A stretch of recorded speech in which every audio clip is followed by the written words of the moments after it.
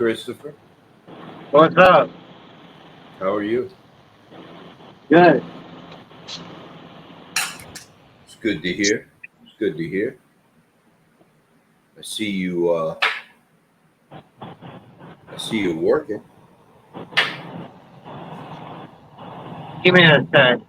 Some my Bluetooth's not hooked up. I'm sorry. What was that? 678. Bridge on I-44. Think I'm gonna have to come back in. My Bluetooth's not connecting to the. Try to leave and come back. Okay.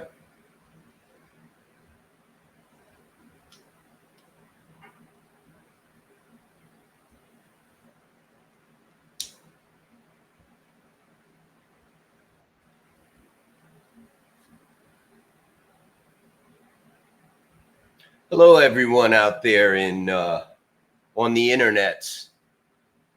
Welcome to Noah Live.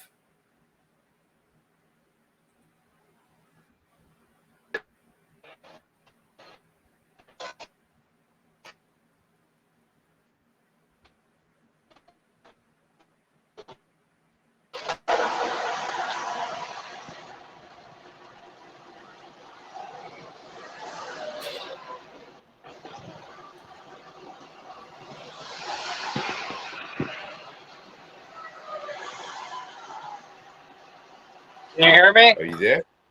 I hear you. Yeah, I hear you, brother. Why is this not coming through my headset?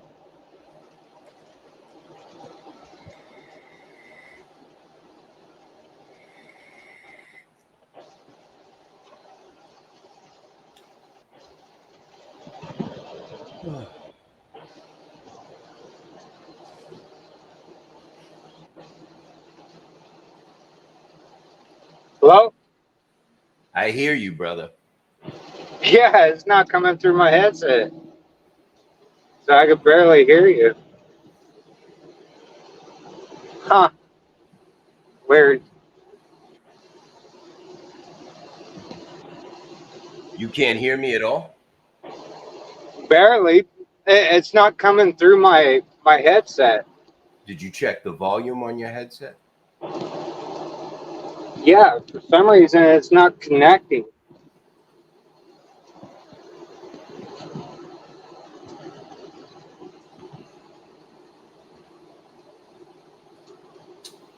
Alrighty.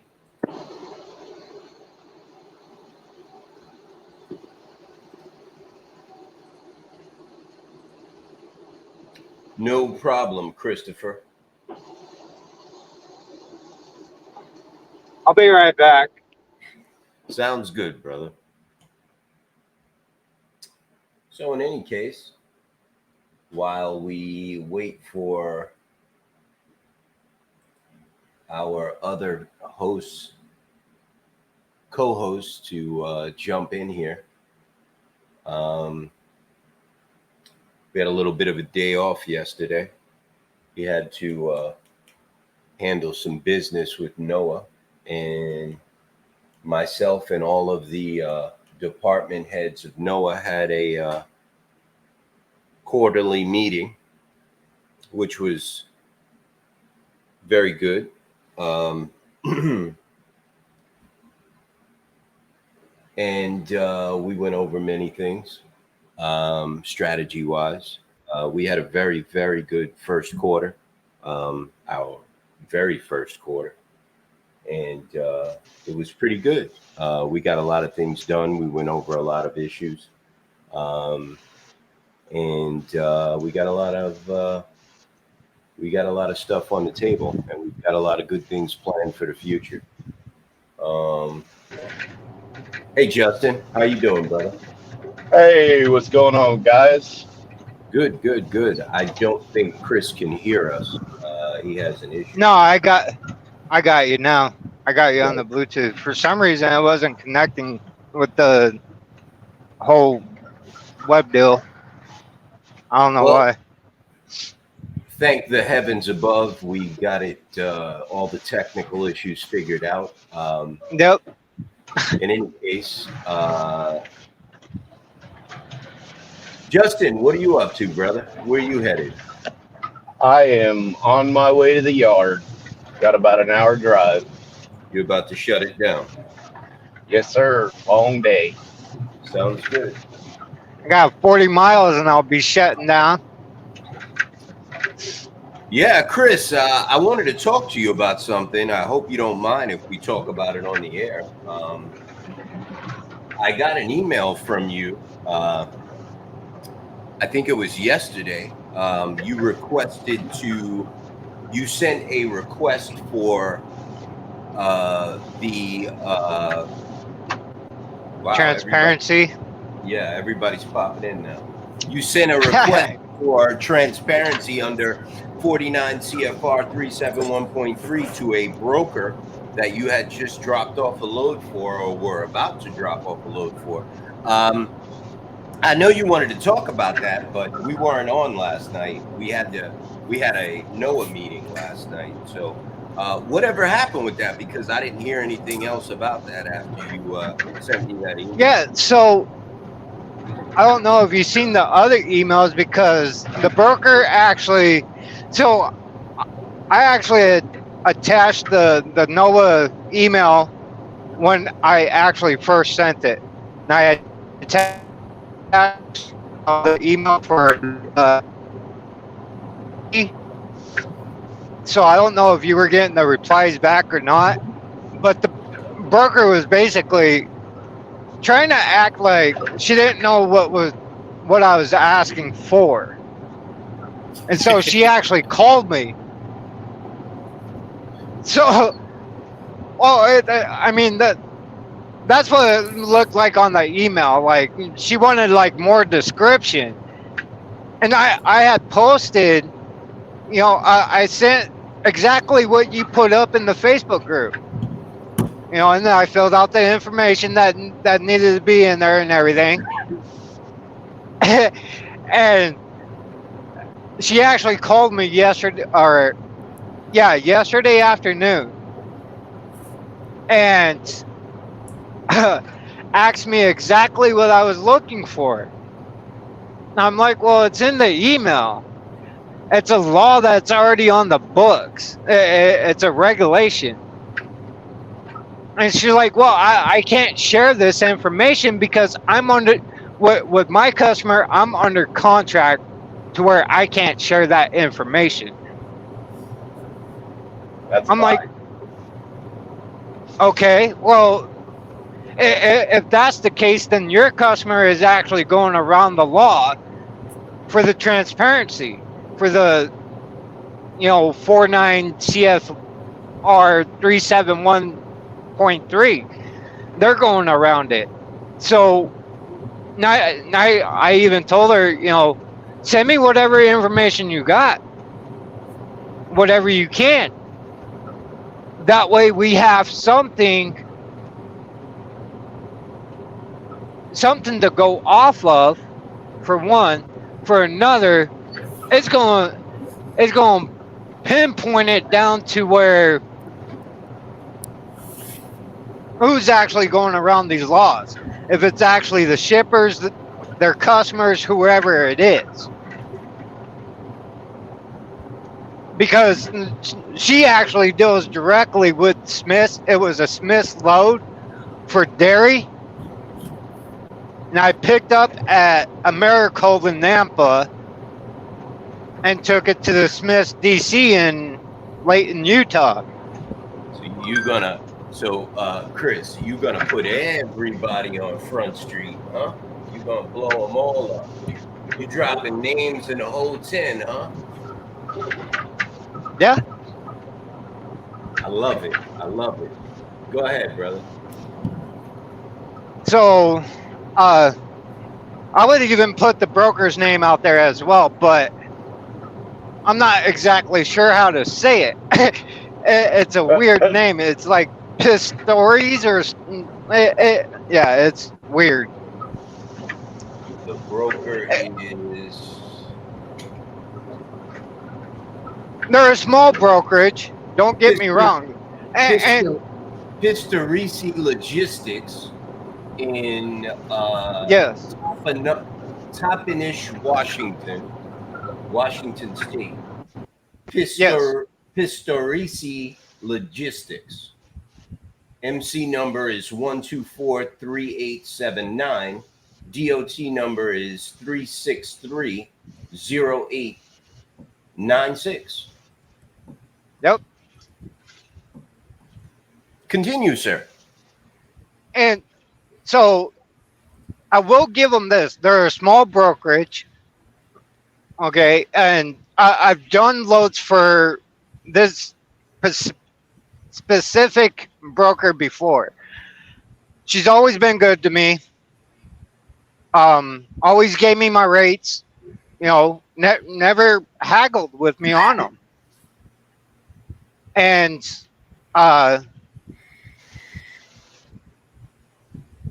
even on the phone yesterday, she said, "Well, I see where you're going with this, and I agree with you." And she said, "You know, we're getting shit on too, because of companies like TQL, CH Robinson, all the megas, and JB Hunt. so yeah, JB exactly, JB Hunt, all of them. Hell, I'll even throw a network out there and soar." But anyways, so basically she was saying, brokers get a bad rap because of all of them, and that she knows that she knows exactly where I was going with it, and for us to get fair rates, and she said, I totally agree with it, but I just can't break my contract. That puts me at jeopardy. And I told her exactly, like, yeah, I'm not trying to put you at risk. Just send the info on whatever you can, whether it's just your rate, what you got from, showing what you got paid on the load, what you gave me, on down the line. And yeah, she's telling me that she ended up losing $82 because of the lumper fee, because I made her pay the lumper fee as well. She can tell you whatever she wants, but the bottom Yeah, line, exactly. you have a right to see the paper. Yeah, and she still hasn't sent me what she got on it. Right. So that was the final result. I didn't get any more emails about it. I haven't even heard from her again yet. So, and she kind of thought I was putting her on blast, and I'm like, no, I'm not putting you on blast. We're doing this with all brokerages. Okay, so what you probably should do is contact the compliance department if she has one, and ask. I really don't think they do. They're a small brokerage company, like really Right. small. Okay, so we will deal with that off air. Now we will involve the FMCSA, and we will deal with it off air. And it's actually pretty good because you live in Idaho. Yep. So because you live in a small state, we should be able to get a response pretty quickly. It's not like you live in New Jersey or New York and you're going to get the circle jerk like we would here. But you live in Idaho, and they're pretty responsive. Even the congressmen in Idaho have been very responsive. So let's work together on that. We'll put all our paperwork together and all the emails, and we will forward them to the FMCSA, your regional office in Idaho, and take it from there. Mr. Shane McKinney, how are you, sir?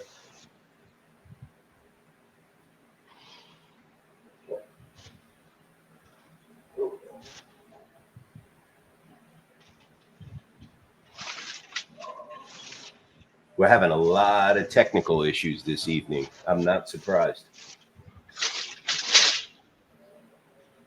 While Shane is working that out, Justin.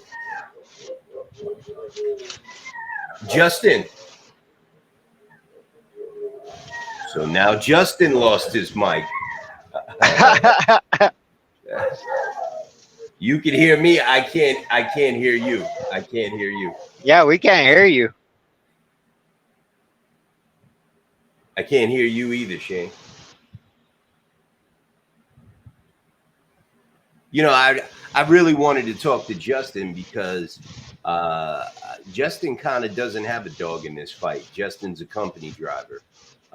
So I really kind of wanted to get Justin's opinion on these matters. You know what I mean? Justin gets paid either way. And I know Shane has been very active interacting with congressmen and senators in his state, sending out letters and stuff because he's been CCing me on all this stuff. So, you know, I kind of want to get feedback from both of these guys. But Mrs. Blake Alvarez Foss is in the house. How you doing? The local office is going to refer him to the main number at the FMCSA. I posted this to our local office, but please do it regardless, because I'd be interested to know if they say something different. Well, Mrs. Blake Alvarez Foss, you know I definitely will, and I will keep you in the loop. We will follow up. Yeah. We have been, hold on, we've got a special guest. We have been compiling all of these requests for clarity for 49 CFR 371.3 requests, and we are compiling them. So we will get that out to you. Thank you.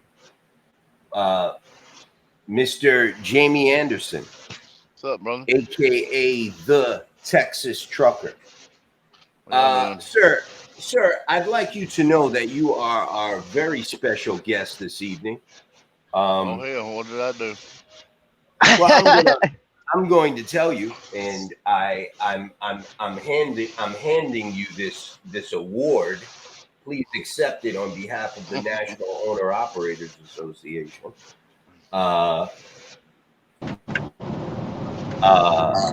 It appears that it appears that the Texas Trucker Show on Twitter has actually gained some followers and listeners, because you, my friend, have caught the eye of some very powerful people in high places.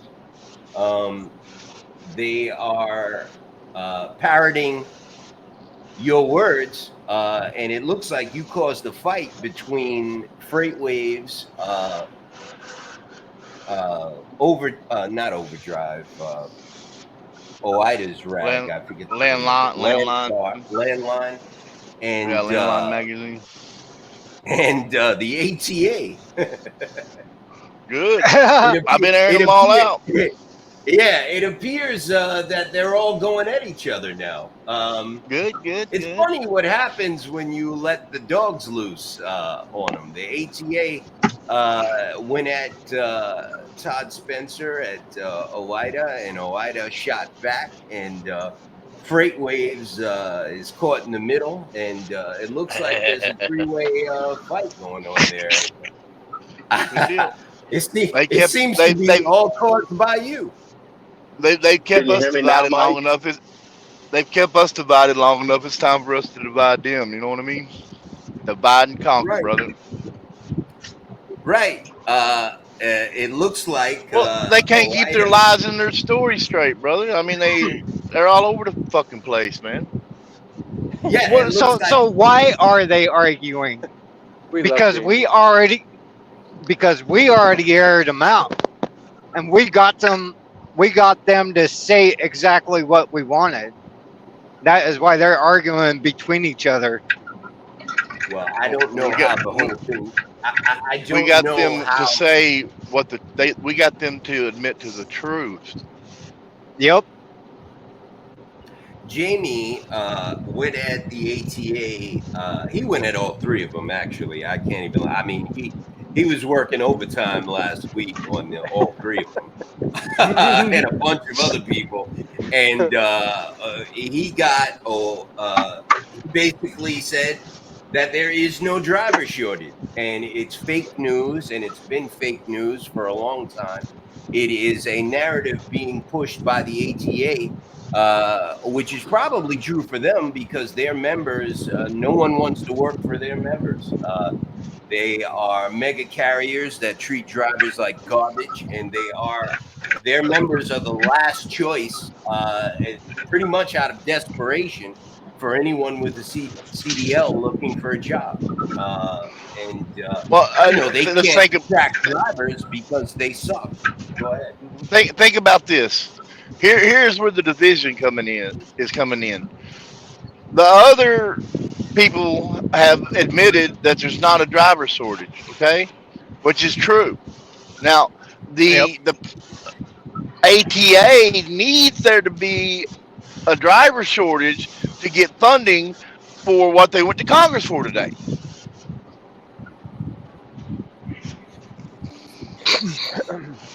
Got it.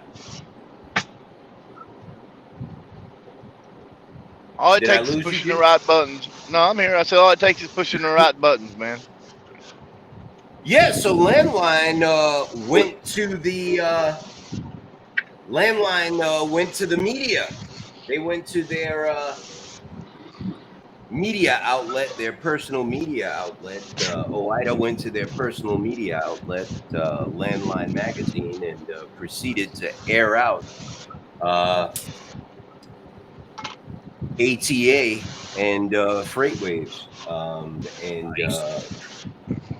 ATA fired back in FreightWaves, and it turned into a a cat fight, which I personally enjoyed reading.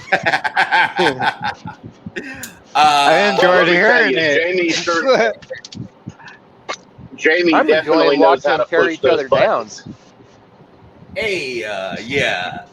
1 second, everyone. Let's welcome Mr. ADD, Michael Johnson, to the stage. What's Hey, up, Michael, Mike? how are you? What's up? Hey, not too bad, man. Hey, I want to address something. I think we should put a ban on Tyson. I mean, they're all about these autonomous trucks. Let's let them have it. They can keep autonomous trucks. Nobody haul any more Tyson loads. They already said we got to get the shot when that was available. So I mean, you know, they didn't want us on their property because we didn't have the shot. Now they don't want us on their property because we're human. Fuck them. Ban them. Get rid of them. They just shut down a couple No. of facilities too, didn't they? Yeah, 4 of them. But let's just run them out of business. Show them how this works. Let me tell you what the facilities were shut down for. The facilities were shut down because they was aging infrastructure. They had planned to be shut down and already planned to be decommissioned. They're building new ones. Problem with if you try to boycott Tyson is you're gonna kill any reefer driver, because I mean that's 3/4 of the freight we haul is chicken, and most of the biggest portion of it is Tyson. I mean, you got some Pilgrims, but the biggest supplier of chicken is Tyson's. Come on out. I got Yeah. three. I got 3 loads right now. Supplier. I got 3 Michael. loads right now from LaPorte to Pittsburgh, Texas. Pick up the same facility. Go to Lenexa, Kansas. Drop there. Run over to Topeka. Pick up there and go down to Clarksville, Arkansas, and they're all 3 Tyson's loads. I mean, if you're Mike, running, you got a I company won't- that's I a won't reefer haul company, Tyson you're not load. going to be able to do it. I Michael. won't haul Tyson load after they told me that I have the email that said I had to go get a shot or I could not enter their facility. I will never haul a Michael. Tyson load. Michael, I need Yeah. my chicken Michael, I gots to have my chicken McNuggets, son. I can't fuck with you on that one. Shit. Chicken You know, McNuggets I- aren't actually chicken, just so you know. You got to watch I the What didn't- video about a on that. compromise? I didn't get vaccinated, listen. and I hauled Tyson all the way through the pandemic, the pandemic, We the gotta- pandemic. Listen, we're gonna get to that one, Michael. We're gonna table that for now. Jamie is right. It's tough right now, and we're gonna kick that one around. But I hear you, brother. You know I got your back on all of that. Let me throw this out real quick. What about a compromise and do a set rate for Tyson loads? That is something that we can speak with Billy Randall about, but I don't want to rattle That brings me to my next point. If they're going to take the driver out of the autonomous truck, then they don't need that pay. So, I mean, they should have a cap on their ass. They can't raise the prices at all ever because the truck doesn't change prices. They don't need an increase in wages. I mean, how many of us listened to the conference today? I did. That's why I got all these notes right here. We're gonna get to the autonomous truck hearing. I need a second. Noah is doing an awesome job at pushing. Noah, Mrs. Boston, thanks for borrowing us your husband. Noah is doing an awesome job at pushing their buttons. Keep up the good work, brothers. I'm doing the best I can, and I will continue as long as I can. It is very tiring. I just need to sign one page. Yeah. It is very tiring. Thank you. And you got it. It is very tiring, and it is a lot of work, and I'm very exhausted, and we're all tired.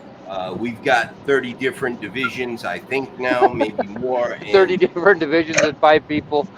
It's very hard. And, I get a lot of phone calls, emails, text messages. Today, I mean, I wake up to a lot of different things. Sometimes it's a good day. Today was a bad day. I'm going to admit today was a bad day. I woke up this morning to threats, abuse, and just unnecessary bile thrown at me. And it's hard. I'm not gonna lie, it is hard. But this is what I signed up for, and I'm trying to hang in there, but it is hard. I continue to press forward because I know there's a lot of people depending on us, and I have been able to not see, but take a little peek behind the curtain.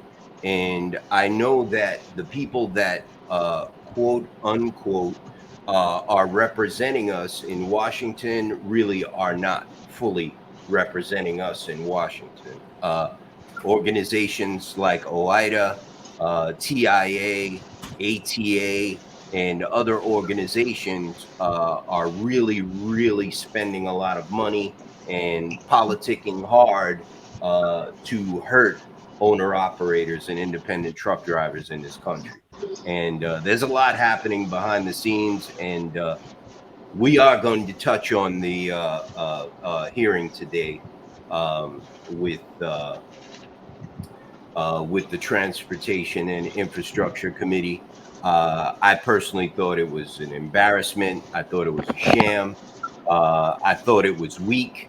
I thought that some of the congressmen that gave their opinions and asked questions were on point, and some of them were basically just clowns. I thought the panel was full of clowns, and it was just an embarrassment to me. It speaks volumes to what their plans are, and this is what we've been telling people for a long time. They are trying to remove you from the equation. If you drive a truck in this country, they are trying to remove you from the equation.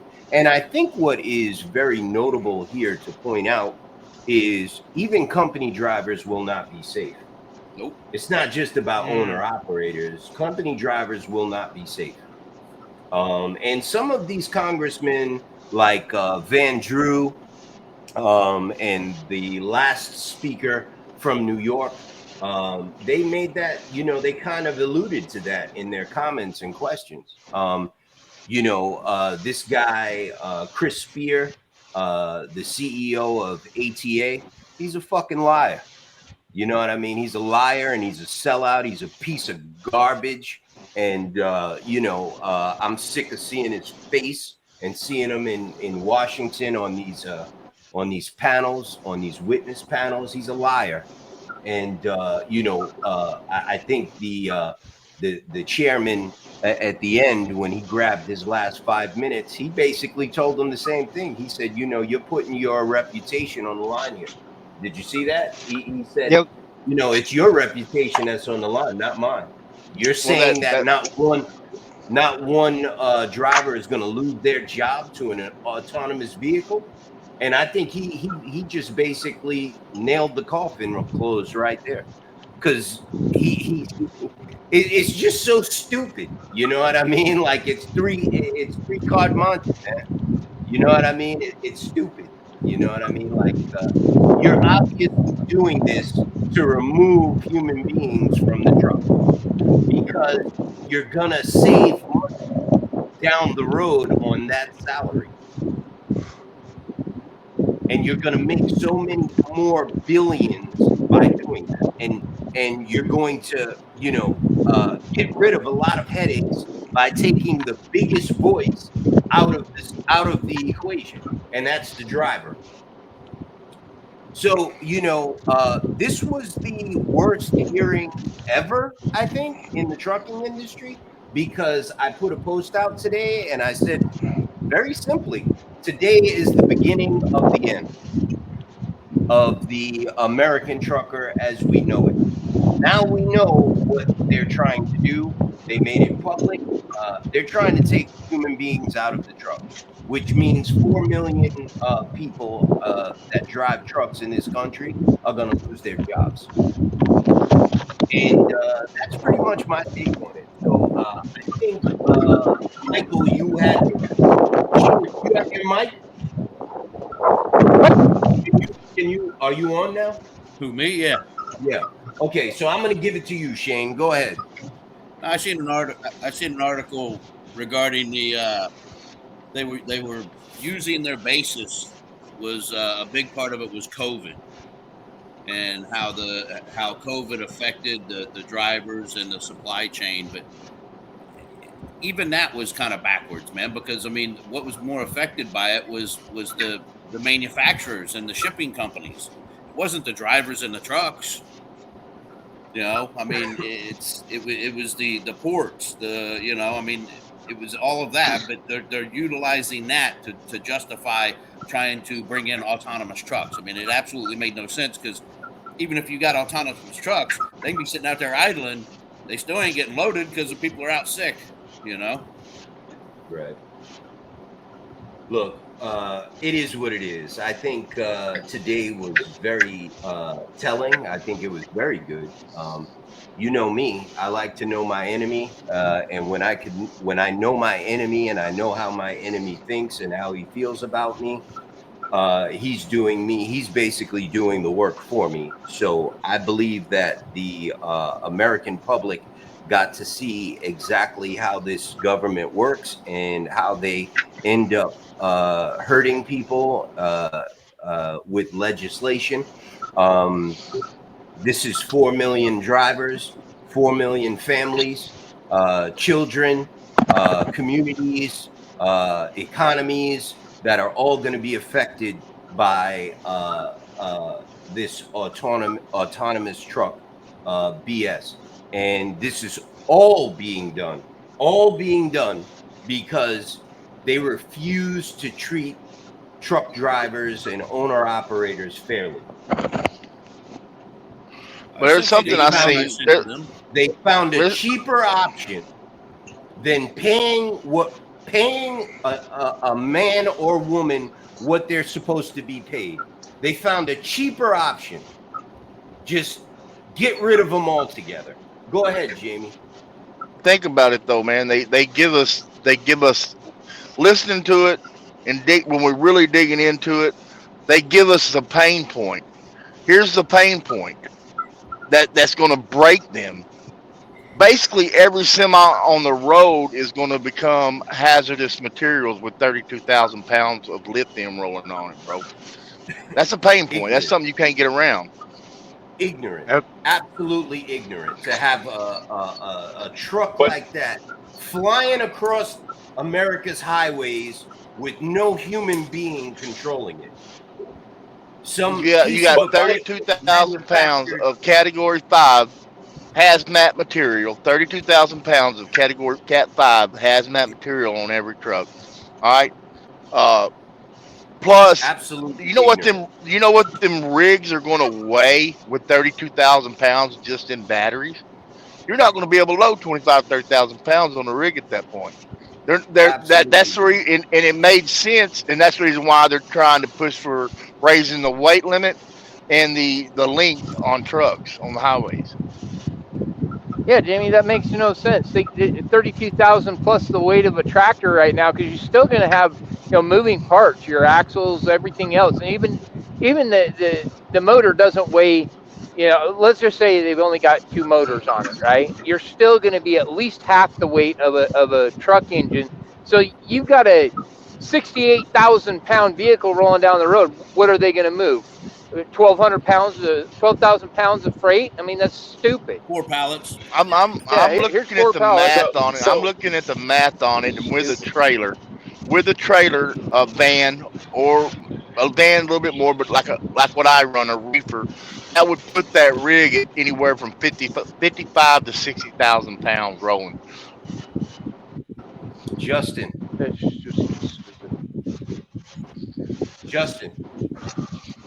So, hey, so let's go back a second. Now, what you said, well, damn it. Hang on. I can hear you. I can hear about every other word. I mean, we can I make it hear you, out. Justin. We're truck drivers. You can't Can't hear us? now. Get you a blue parrot, bro. Yeah, get you a blue parrot. Yep. You good now, Justin? Okay, how about now? Nope. You Can you good? hear Yeah, me now? there you go. Good. Okay, so let's go back a second. With what you said, Mike, was you said that they're taking the cheaper option. If you think about it, they're actually not taking the cheaper option. They're taking the more expensive option because all of those trucks cost twice as much as what a regular truck costs, correct? Now, instead of paying human drivers and keeping the economy going, they're just going to go and dip into taxpayer dollars and pay 5 times more for all of those pieces of equipment. But hold on now. What taxpayer dollars are they going to use? Because they're going to lose 4 million drivers worth of taxpayer dollars. I lost Justin. I see his point, though. I do see his point. What's he putting up? Did anybody catch where they said that the ATA is pushing Congress to raise the fuel tax? They said they already did that. Chris, Yeah. your take, sir. So I can tell you right now, my truck, my trailer, empty, is at 32,000. 32,500 pounds, empty. Now you put add that 32,000 pounds in batteries. that gives you the math right there. They ain't gonna be able to haul much. They're gonna be able to haul like 15, 20,000 pounds of freight. That's true. Something you gotta think about too, though. Unless they increase the allowable weight. Someone Yes. just said California. If they do that, we should sue the shit out of them. Someone just said California allowed increased weight for Tesla trucks operating, but the state will not disclose it. I haven't found it anywhere. Does anyone know where it is? Who said that? That was Blake Alvarez Foss. I do not know where it is. I'm not surprised about that. But what I will tell you is that yesterday, the California Congress voted to not allow autonomous vehicles to roll in the state of California. Well, but it's I going to will Gavin. give- It's going to Gruesome Newsom's desk, and he's going to veto it. What? I will give that to California. That is excellent. That's great. I see Tim is in the house, and I know he was pumping his fist when he heard about that. Tim, why don't you log in, bro? Look, that's a step in the right direction, even though California, did the wrong thing with that AB5 garbage, and Julie Sue. Miss Julie Sue, who is paying the price for that. Anybody seen Julie Sue lately? Is she a lot lizard at Pilot now? Anybody No, seen it's Julie Loves. Sue lately? She was always a lot lizard at Pilot. Right. No, she's at Loves. Yeah, Loves. Yeah, she ain't good enough for Pilot. Yeah, that sound about right. No. Loves. Wasn't she trying to be Secretary of Labor or something like that? I don't know. Trying to be secretary or something. Anyway, she's gone, thank God. California surprised me yesterday when I read that story. Jamie, you're probably right. Gavin Newsom probably will veto that. But if he does, we can always vote against him in the next election. Shane, you have the floor, sir. You guys talking about the weight of the batteries and the cost of you got to remember. I mean, the amount of miles that a truck puts on it. I mean, look at the cars that have these batteries in them. Before they're hitting 100, 150,000 miles, they're having to replace these batteries. These batteries are costing sometimes upwards of $10,000, $20,000 to get them replaced. So Nope. is it really going to be cost effective for them to have to do it in the tractor trailers as well? Another Listen, question: does anybody know if that lithium is if you can do anything with it after you use it in a battery? You cannot. You cannot do anything with it. What I will tell you though, Shane, is from being on Wall Street for 2 decades, I can tell you that corporations do not do anything without a long-term plan, especially mega corporations. So if you think that they are making a mistake here, they would not take it this far if they did not know if it was going to benefit them or not in the long run. I can guarantee you that if they did what they did today, they did it because they're going to make a lot of money off of it later on down in the future. There is a great benefit to removing 4 million truck drivers from the trucks and unemploying them. If they did what they did today, it is because there is a lot of money to be made. So regardless if you think this is a cheaper option or a more expensive option, whatever the case may be, they did what they did today because there is going to be a lot of money to be made here later on in the future. And my suggestion would be for any truck driver, company driver, owner operator, lease driver, whatever the case may be, unity is the word of the day for today. If you plan on making truck driver your occupation for long term, my suggestion would be to find an association and support it and unify, because they are going to push this forward. What you saw today in Congress was a farce. That was a sham. Most of those congressmen support this. My suggestion would be to unify and fight any legislation coming down the pipeline, because they are attempting to take you out of the trucks. They've been trying to do it for at least 43 years, since the Motor Carrier Act of 1980 was signed. The technology was not there in 1980. It was not there in the 90s. They just started working on it, and it's there now. They have the ability to remove you from the truck.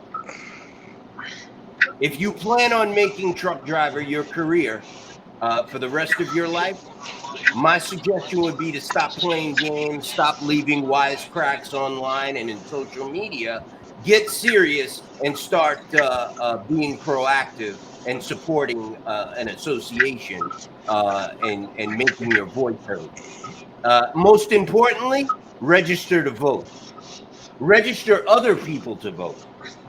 And Any let's start dead relatives voting you have? out of office. Who was that? Was that you, Jamie? No, I sir. said What do you mean? register any dead relatives that you have as well. Yeah. Better hurry up and do it before somebody else does. Yep. Justin, do you have a mic now? Yes, sir. Go ahead. Finish your thought, bro.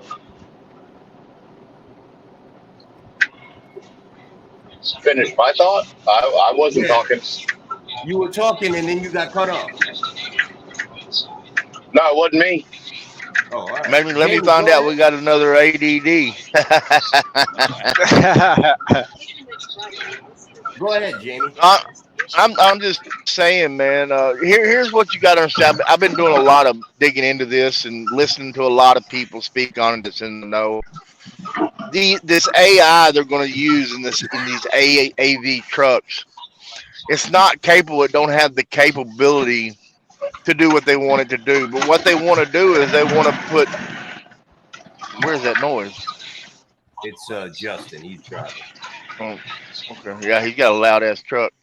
They need to put experienced drivers in these trucks, because the way it's going to work, the dash cam, the AI dash cam, is going to be set back to where it picks up the sensors on the mirrors. Okay, and all of it's going to work as a system, and with the technology needs an experienced driver in these rigs for so long to be able to for the AI to take over and build its own information on how to drive from an experienced driver. That's what they're doing. That's the whole deal.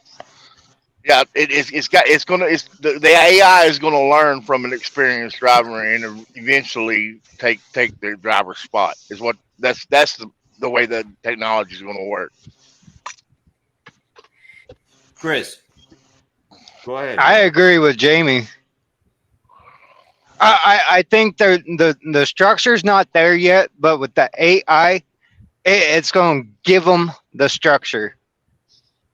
So, I mean, they even brought it up in that meeting today, that conference, that there's issues with the Tesla cars right now. And they've had deaths with the Tesla cars. Several. Can you imagine? But now, can you imagine? And exactly my point is that's with the cars and the pickups that's, automated now, that they're having issues with, and they're still killing people, and now they want to put 80,000 pounds behind that. I've seen some of the videos with some of these autonomous vehicles. Kathy Chase was talking about some of this stuff that's going on in San Francisco, and I've seen some of the videos, and it was at low speeds. Just incredible what these cars were doing at low speeds, like at intersections. I could imagine at 80 miles an hour what that's going to look like. Honestly, I don't mean to joke about it, but just entertaining this is stupidity. It just speaks, like I said, it just speaks volumes what these people think about human beings. At low speeds, these cars just drift into oncoming traffic. They drift into other lanes with cars next to them. They stop erratically in intersections with cars behind them. They get confused. It does not work. At high speeds, I could imagine 75 miles an hour, fully loaded. I wouldn't want to be next to that truck with my 2 kids and my family in the car. I'm not going to be on the highways anymore. Me personally, I will not travel the highways. So I'm done. I'm homebound. I'm not going to travel the highways next to trucks like that. If I can't see your eyes in my rearview mirror, and I don't know what your, if I don't see your lights in the back of that trailer making any type of signals, I don't trust you. I'm sorry, I don't trust you. I need to see your eyes. I need to see where you're looking, what you want to do, so I can accommodate you.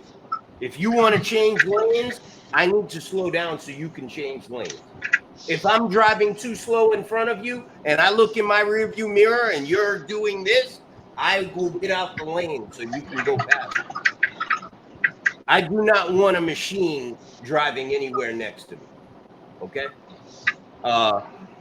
Justin can't even get his headphones to work. So I don't trust these eggheads, Jeff Farrar and Chris Urmson and Chris Spear, to try to tell me that they figured out a way to get a tractor to drive itself. Go ahead, Jamie. I see you chomping at the bit there. No, I was sitting there. I think I got me a troll on Twitter. I went and checked him out. He says he's with Alan Lund and he's wanting to work with me, wanting my information. I'm not sending it to him. Hey, he might be telling the truth. You shouldn't send it to him anyway. No, here's what I told him. He says, here's what he said. So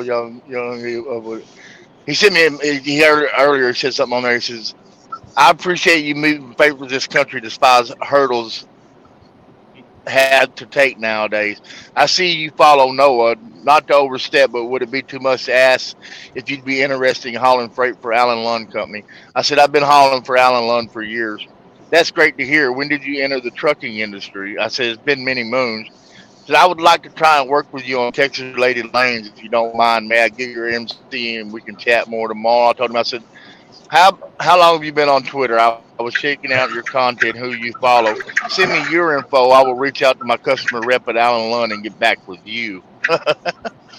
He follows old Rutherford and all that. He's one of them Please Advise crews. There you go. So there you I don't trust him. He don't need my information. I'll reach out to somebody I know at Allen Lund. And see if he actually works there, and then I might be interested. But until I know who he is and verify that he works there, he's not getting none of my information. He'll be putting freight. Speaking of that, Please Advise group. Would it be wrong of me if I put a video on Twitter of me burning a Please Advise ad? Do what you do, brother. Absolutely not. I think that would be a great idea, sir. Yeah, absolutely. Can you do the Kevin Rutherford logo too, please? Hey man, they've been quiet. Hey bro, they've been quiet over there today. I can't get them to fight today. Yeah, really? They had a space this afternoon. Well, I don't go in their spaces no more. You talking about the lost freight? No, it was Kevin Rutherford. He put on special today. No, I didn't go in there. I don't go in his spaces either, but I always see him. Let me get to this comment. If anyone had time to skim Biden's last budget bill, there's huge language in it for green technology. Like electric vehicles, batteries, semiconductors, etc. Massive incentives for businesses. Well, Justin, That's where the money's going to come from, sir. For those trucks and what it takes to build them. You're going to pay for it out of your tax dollars. I told you. I personally, you know, it is what it is with this green garbage. I am not a tree hugger, and I could care less. And it is what it is. Whatever. That green environment is bullshit. Period. Listen, You know, the only way I'm hugging a tree is if there's a tornado. Hey, you know what I think is funny? These guys spent hours today talking about how they've perfected autonomous vehicles and trucks driving themselves. But companies that have been building trucks for years and manufacturing trucks like Freightliner, Volvo, International, all these companies, they can't perfect a DPF system. It absolutely does not work. Right? I mean, you figured out a way to teach a truck how to drive itself, but you can't figure out a way to make a DPF system work properly. I mean, seriously, who votes for these people? I don't understand. Who votes for these people? I mean, Other do you dipshits. even think about the people you vote for when you go and vote? Who votes for him? Kevin Rutherford. They're telling you that they figured out a way to get a truck to drive itself with 80,000 pounds of garbage on it all over the United States. They're trying to tell you that this is the safest thing, and it's even safer than human beings driving trucks. But for the last, I don't know how many years, they can't figure out how to make a DPF system work properly to save the environment. Go ahead. I want to bring up one thing. So, Jeff Van Drew actually asked that question. It was a yes or no answer. And he asked if they thought that autonomous trucks was safer than a human being driving the truck. It was a yes or no answer. I couldn't hear what the response was, but it was a long response, and he never once said that it was safer. I do know that. They squirmed and squirmed and squirmed, every one of them, with that question. They squirmed like a mother. Only one guy come out and said they didn't have the capabilities yet and didn't know how long it was going to be to do it. I'm going to tell you the truth. During the whole session, I think the best part was when this guy, Chris Spear, just shut the hell up. When that guy said, you know, you're putting your reputation on the line when you go on here and say you could look everyone in the eye and say that no truckers are going to lose their jobs to autonomous truck. And honestly, Chris Spear should not be the chief executive officer of the ATA moving forward. That was the most. He basically just stabbed himself. He committed Bushido. Yep. Is that the Japanese suicide? Yes. Yes. But I mean, what's wrong with this guy? Is he a moron or something? Like, I mean, how much did they pay him to just commit suicide right there on national TV? How could you say that you could look everyone in the eye and tell them that no truckers are going to lose their jobs because of autonomous trucking? I mean, it has been the dream of every carrier since the history of carriers to try to figure out a way to move a truck without actually having to deal with the driver. How could you stand there and say that every mega carrier in this country will not spend every dime that they have to purchase these trucks so they don't have to deal with drivers anymore? They don't have to pay them. And the FMCSA is going to support it because now they don't have to regulate them. They get to sit on their asses all day eating cheese sandwiches now because there's nobody else to regulate. Because you know they damn sure ain't regulating brokers, and they ain't gonna need them no more either. Right. Go ahead, Jamie. think we lost Jamie. Go ahead, Shane. No, I mean, it's a joke. I mean, unfortunately, I mean, it's not very, they're pushing towards it. I mean, it's Because we're allowing them to. Because we're allowing them to. well, of course. I deal with it every day. I forget who it was. It was either Chris or Jamie posted something about the potential shutdown in November, and I said, look, I made a comment. Look at Mexico. Those guys they stood united. They didn't even have to shut down. They started getting action right away. Exactly. Think of the amount of money these mega carriers and big companies will save just in the benefits they pay out alone, the insurance, the stuff they pay out. I mean, it's more than just the driver pay.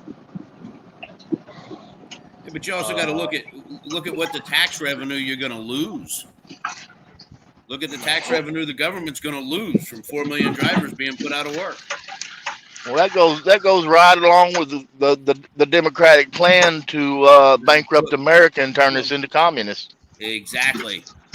Yep.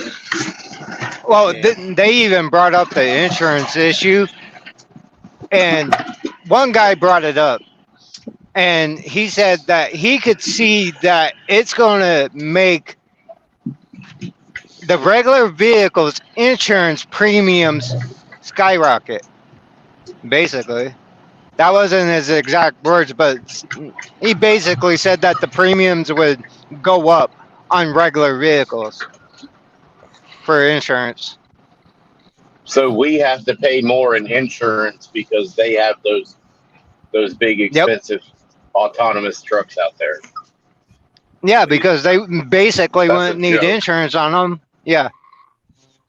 Hey, they've got a kit. I was reading earlier and listened to a program earlier. They've already got a kit developed for these trucks to turn a conventional truck, just like mine, a 2013, into an autonomous truck for $17,000. Does that include the battery?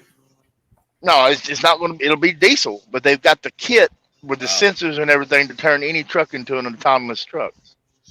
You could turn in $17,000 is what they were saying.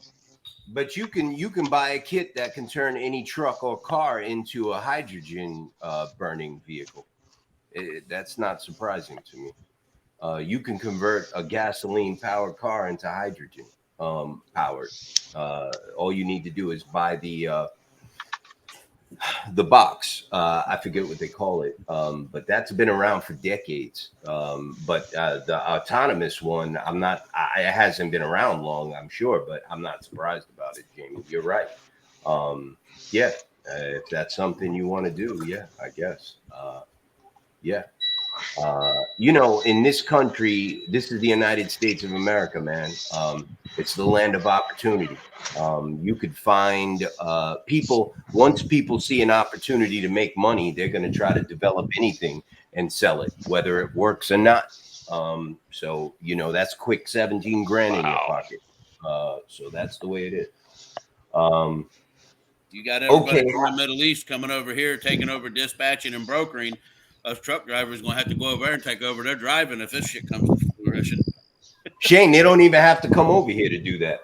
They can do that satellite. I know. Right from overseas. You know what I mean? Look at whatever that company is. I forget the name of it. No, the other one. Oh, Serg? No, he's an implant. He's American now. The other one. The Russian company over there from anyway. Super Ego?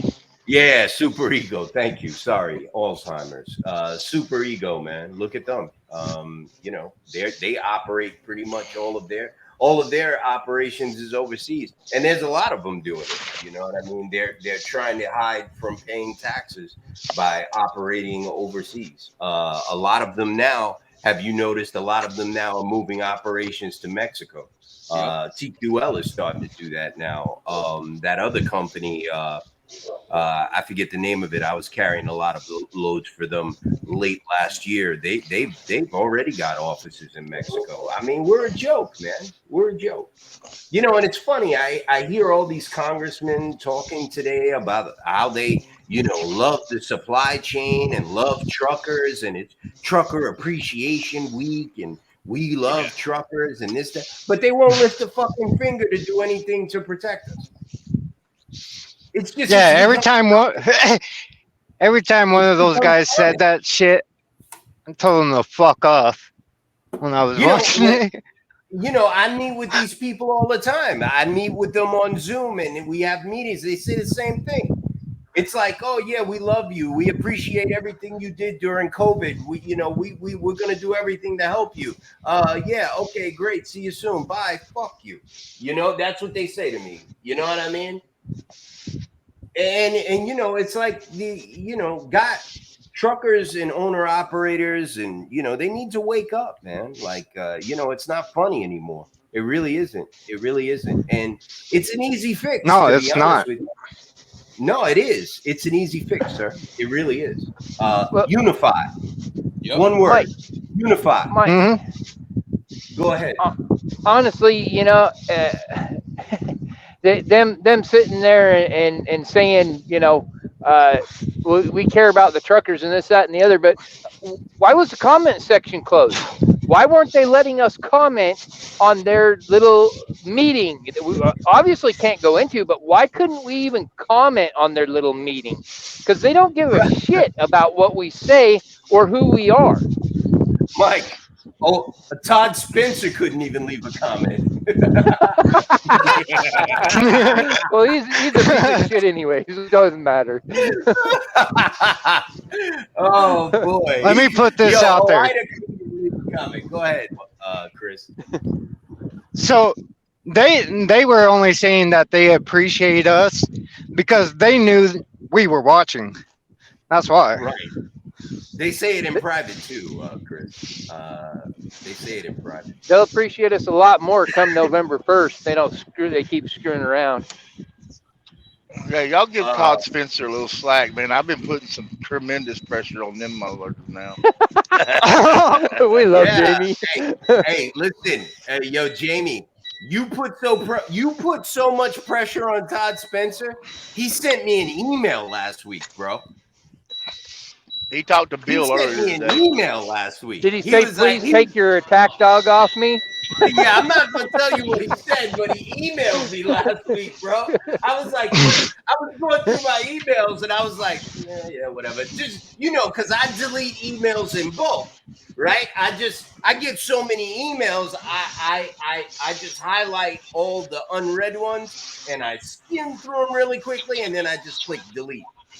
But I saw this one, Todd Spencer, and I'm like, wait a minute, don't I know a fucking Todd Spencer from somewhere? And I opened it up, and it was the craziest, weirdest email. And I was like, well, where did that come from? You know what I mean? And I talked to Todd Spencer off and on back when the boycott first started, but I realized I'm dealing with a feeble old man that really is, he needs to be put out to pasture. So I left him alone. But Jamie's really been like working him. Every Jamie's tweet our boy. every tweet I see hashtag Todd Spencer, hashtag Todd Spencer, hashtag Todd. He's made my favorite. He's made my favorites list on my hashtags and ats, and that includes people that are supporters and people that are detractors. And y'all don't. This is what I've been telling y'all, man. Y'all have no idea how powerful that is, brother. Yeah, I started doing it more today, man. I'm like, yo, Them hashtags and hashtags are powerful, brother. Jamie, They push the algorithm so far out in the left field. These people don't know what they're doing because now they're getting hit from all different angles. You know what I'm saying? Jamie, you got that old man's bottom lip shaking, bro. He had to send me an email, like, yo, could you call your dogs off, man? I can't get no more. Oh shit! I was dying. I didn't even want to say anything. You know what I mean? But I thought When, he actually. when you I know, hit them hashtags on something, that goes to every trucking association or every trucking group or every even private group in America, brother. just hysterical, bro. And that's the reason why I'm glad you're here tonight, man. Because you know, we were talking about you yesterday in our what the hell is this garbage Telegram department heads group, and somebody made a comment, and I was like, you know, you mistaken. Jamie's a soldier, man. You know, you really need to pay attention to what's going on Twitter. Forget about Facebook. Forget about LinkedIn. I've got my hands full over there, That brother. man It's an is- all-day job.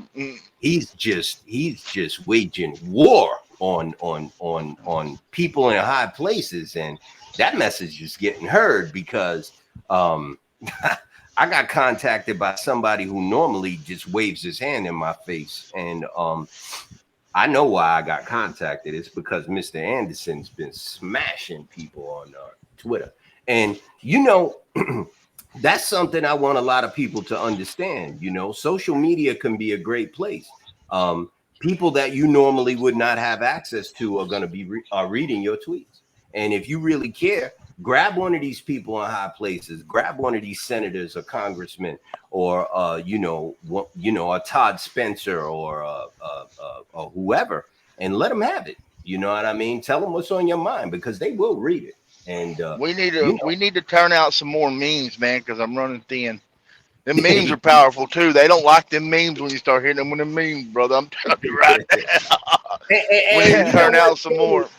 And you know what, Jamie, you spitting the truth at them. You know what I mean? And you proved that with that freight waves incident. You know what I mean? When you spitting the truth, you debunking narratives that they're trying to sell people. That's straight up bullshit. You know what I mean? You spitting the truth, and I respect that, man. I gotta tell you. You know, that's why I'm glad you were here tonight, because I wanted to tell you that. Chris, go ahead, brother. Chime in there. Jamie, I'm glad you're on our team, period. Put that out there. Yeah.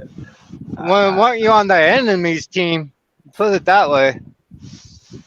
Hey, I'm one of them vindictive souls, man. When I feel like I'm being wrong, man, I'm one of them dudes that and it's not only on social media. Look, I can tell you, I can send you my information. You can pull up my record, and it would probably flip your wig back. Fucking cops. You know, yeah, you know what, Jamie, I hear you, man. I got a Shane.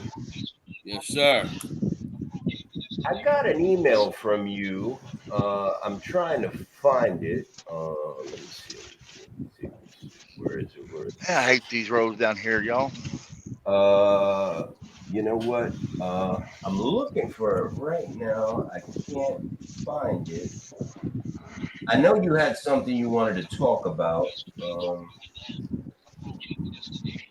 You know what? We're going to get to that, Shane. I'm going to find it. I got an email from an individual yesterday. And 1 second here. I'm opening it up. So this individual was caught up in a similar, it's like a similar situation. It's a similar to a surge transportation situation. It's pretty sad when you think about it. He sent me a lot of information, and I sent it down to our people in Washington. He did a bunch of loads for a particular broker, and this broker owed him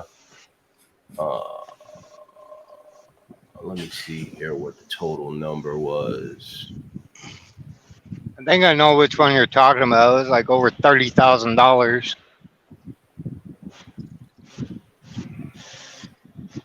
Well, I tell everybody, diversify. Don't keep it all in one basket, because they'll pull a claim on you or anything they want to, and then they ain't got to pay you none of what they owed you until that's resolved. That's why I don't work for the brokers. I will be here pretty quick, but Broker owed him a lot of money. Chris is probably right. I can't find the number here, but I got caught I think up it in was a like similar. 32,000 or something like that. It was over 30,000. I got caught up in a similar situation late last year by a broker, and I ended up losing a lot of money. The broker filed they didn't even, I don't even know if they filed for bankruptcy. They just disappeared, and the bond company refused to pay me what I was owed. They only paid me pennies on the dollar. So I got this letter here from him, from the bond company of the broker. Are you guys ready for this? I have to read it because I don't want to put this personal information out there. So the bond company wrote back to this individual about his claim, and he said basically this: "Hello, everyone. Thank you for your patience. I have attached a first draft." 1 second. Let's get Texas back in here. So the bond company says, "Hello, everyone. Thank you for your patience. I have attached a first draft pro rata share for all of you to review to make sure there are no clerical errors. In total, there are 60 claimants and over $360,000 in claims. Please review the amount of your claim. If there is an error, I will ask that you get back to me no later than the end of the day, 9/12/2023, which was yesterday. I will let you know if adjustments need to be made on 9/14/2023. The penal sum of the bond, $75,000, has been exceeded, and the surety cannot pay more than this amount." I don't mean to laugh. "Therefore, all claimants will receive a prorated or portion of their claim amount. We understand that amounts are less than what you claimed, you think. Unfortunately, that amount is not negotiable. We follow the same formula used in the courts. Please send me an email with the 3 items below: taxpayer's identification number, type the address the check needs to be mailed to, include the name of your company or carrier being referenced. By sending this email, you will be agreeing that this hereby releases and forever discharges," I'm not going to say the bond company, "from any liability, claim, and demand known or unknown under bond number, furnished for whatever. If you have any questions, please email me respectfully, fucking asshole." What do you guys think about that? Same thing I've always thought about that shit. They should have to have whatever they've got out in loads, they should have to have coverage for it. I fucking hate this stupid store. Go ahead, Chris.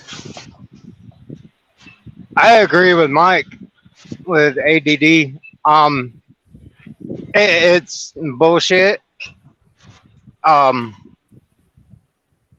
I remember that post. It was, I can't remember the exact number, but it's over $30,000. But I do have to say this: if you're an owner operator, why are you going to do that much with one brokerage without getting paid?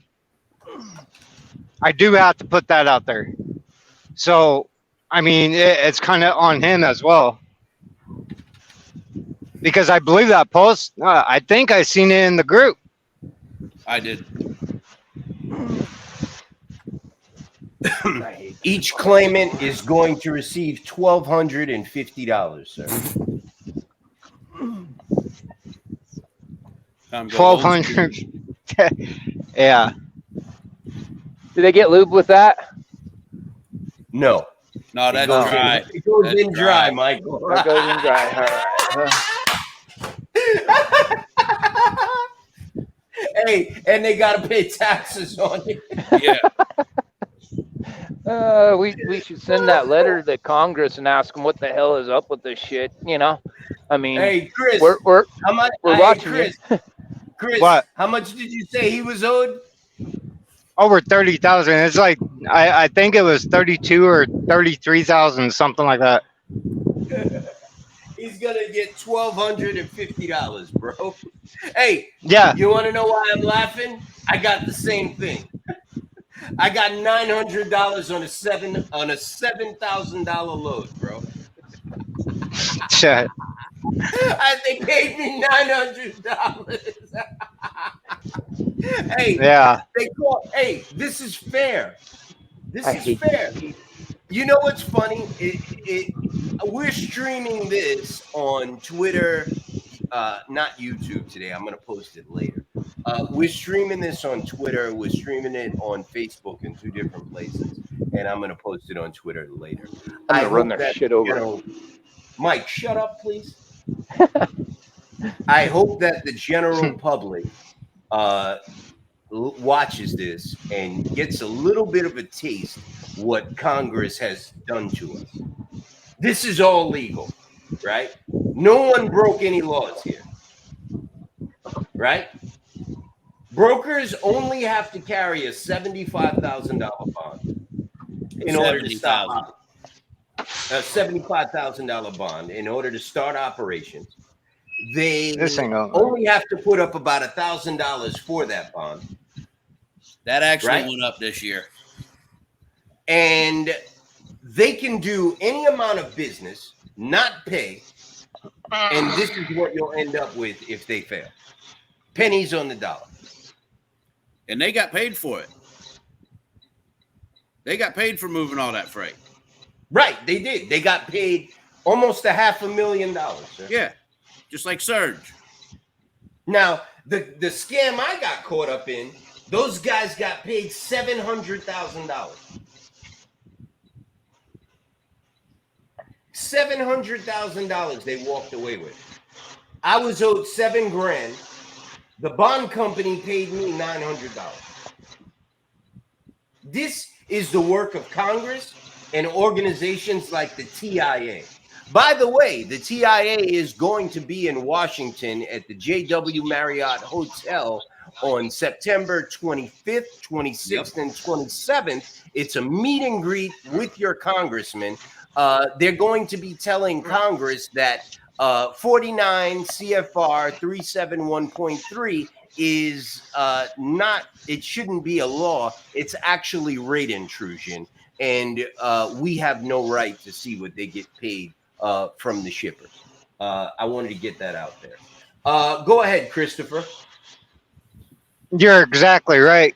I'm kind of in a pickle right now, so. Are you in a pickle? Or are you in Yes. the pickle battle? You trying to back up? Both. Yep. Okay, focus on what you're doing. Let's go to ADD. Kid Rock.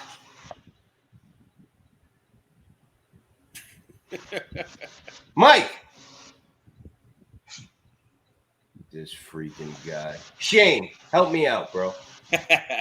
No, I'm reading through that email about the transportation and infrastructure that they sent out, where they're stating 42,795 people have died in all motor vehicle accidents in 2022, and then they go as far as to say that 94% of serious crashes are due to driver factors such as speeding or driving while fatigued, impaired, and distracted. They don't differentiate that of who was at fault. But they're basically trying to lean towards it was truck drivers. You know what I mean? Right. Always. It's always truck driver. It's always truck drivers' faults, bro. You know what? When that bus slammed into those trucks parked on the side of the road, That was truck drivers' fault. Yeah, it was the truck driver's fault. But the bus driver fell asleep and slammed into all of those trucks that were parked on the side of the road through no fault of their own, because they had to have an ELD in their truck that does not make the road safer. But they actually said it was the truck driver's fault. I got 4 letters written up. One for the parking, one for the transparency. What's the other 2? One's for the overtime. and hell, I can't remember what the other. But I've been blasting them. I've been going down the list that Blake Alvarez put out, and I've been Blake going is down the the best. list, and I just been hitting all 4 of them to each senator and congressman in every state. And if listen, a lot of them will tell you that you can't send it to them because you don't live in that state. Just make up a damn address. No, you can. I know if you use the website, it'll say that. You're right. They won't. They got it down to a science. If you're not in their district, they That's won't okay. even allow you I to just use look their up an contact. address in their district. Right. Well, as far as federal goes, that should change because every one of them are in our district.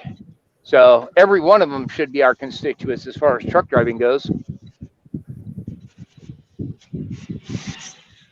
You're right. I was talking to somebody Michael. tonight, and they were talking about when they deal with brokers, being that we cross state lines and everything, we're under a federal law rather than a state law. And when you're dealing with the brokers, you can actually record them on the phone, and it's not, and you're able to use that. Michael. You told me shut up, bro. What? Oh, you took that personally. No, I didn't. I just muted my mic. I don't take shit personal, bro. You know that. Hey, Michael, I got some What? news for you. good deal. Is my wife watching? I don't know if Jesse's watching. I hope she is. As a matter of fact, I would love to have her here instead of you, because quite frankly, you're a pain in the ass, and I like Jesse better. But I've been told that before. Michael, I Her got phone's some broke, bro. Go ahead. Mitt Romney's not running in 2024, sir. That's because he knows he's going to lose his ass because he's a little rhino. He's a biatch. You happy? Hey, man. Are you happy? Well, he wasn't going to win anyway, so I care less what he does other than get the hell out of my state. I don't know, bro. I disagree with that. I think he would. I think he's going out on his own terms. I think he would have won, to be quite honest with you. I don't think so. Too many people have, noticed that he I'm doesn't sorry. care about anybody. That's been the case forever, and the man almost became president of the United States. So I'm sorry, bro. I think he would have won. Voters are very funny, and I'm putting that in a nice way. Believe me. I'm not going to. I'm not. Been better than what we got. I think there's a chance that man could have won. So a very good chance. I just wanted to get that message to you. I received that text message earlier today that Mr. Romney will not be seeking re-election. So I wanted to pass that information on to you, sir. Hopefully, it's because he's under perjury of, or under charges of perjury. Because we'll leave it right there. Hopefully, he is. That other guy that was supposed to run against him, in my opinion, is not much better. Nope, he's not. He can't get his butt up on the show. He can't do anything about it. And it's just, it is what it is. It's a rhino for a rhino, man. What is his name? Oh, hell, I don't remember. It's something won't reply to our... Yeah, I can't remember what his actual name is. Trey. Hell, I don't know. Probably not important. Probably not. Well, we've covered a lot of ground tonight. I'm going to hand the floor off to you guys. Anything you want to talk about, please go ahead. Shane, we'll start with you. I know you've been hard at work writing letters and sending out letters and focusing on conferences and things like that. You have the floor, sir. Trying to do my part, brother. So I was that's the reason I was late tonight. I was on a live with one of the affiliates over at TAP, trying to get more people to follow the Facebook group and get more people involved. So just trying to motor along, man, I hear you, brothers. I hear you. I want to do a few plugs here since we have a lull. First one is For those of you who do not know, Billy Randall and Truckers Movement for Justice is going to be staging a shutdown, a boycott of Hunt's Market in the Bronx on September 18th, 17th, and 18th. That's this Sunday and Monday. I will be there both days and supporting Truckers Movement for Justice and truckers. We gonna shut that shit down. So if you are in the area, bring the kiddies. There'll be a lot of festivities there for them. I'll be bringing mine. The Bronx is a beautiful place. You got the Bronx Zoo. You've got the Bronx Botanical Gardens. You've got the Bronx Zoo. You've got the Bronx Zoo. So come on by and bring the kiddies. Why don't you? It's going to be a great show. September 17th and 18th, shutting down Hunts Point Market in the Bronx. Truckers Movement for Justice. We support Truckers Movement for Justice, and they support us. They are part of an alliance that we've created amongst many trucker associations. So that will be taking place Sunday and Monday, September 17th and 18th. I will be there. Thank you. Christopher. Yeah. Did you make it out of the pickle barrel? Yeah, barely. But Gotcha. we got it. Anything you want to touch on, sir? Shane, if you could send me those letters, I'd appreciate it. I'll start sending them out too. Absolutely, brother. Yeah, I mean, they're Shane's written got in it. my lingo. They're nothing professional like what Jennifer or her daughter writes, but hey, I mean, I sent They one look pretty to professional. I sent one to Mike the other day. What I sent to what's the guy's name? Graves. Yeah. Right. Yeah, Chairman Gray. He's the chairman of the transportation. But quick question: anybody deciding on anybody trying to get together to go out there and maybe do some sort of stand outside of the TIA meeting in DC? There was some talk about that from Billy Randall. I think it's a great idea. Some people don't want to do it. That is a good one. Billy Randall and Truckers Movement for Justice is more of a guerrilla organization, and they're the muscle. We're following their lead on that one. If they decide that that's something they want to do, we will support it.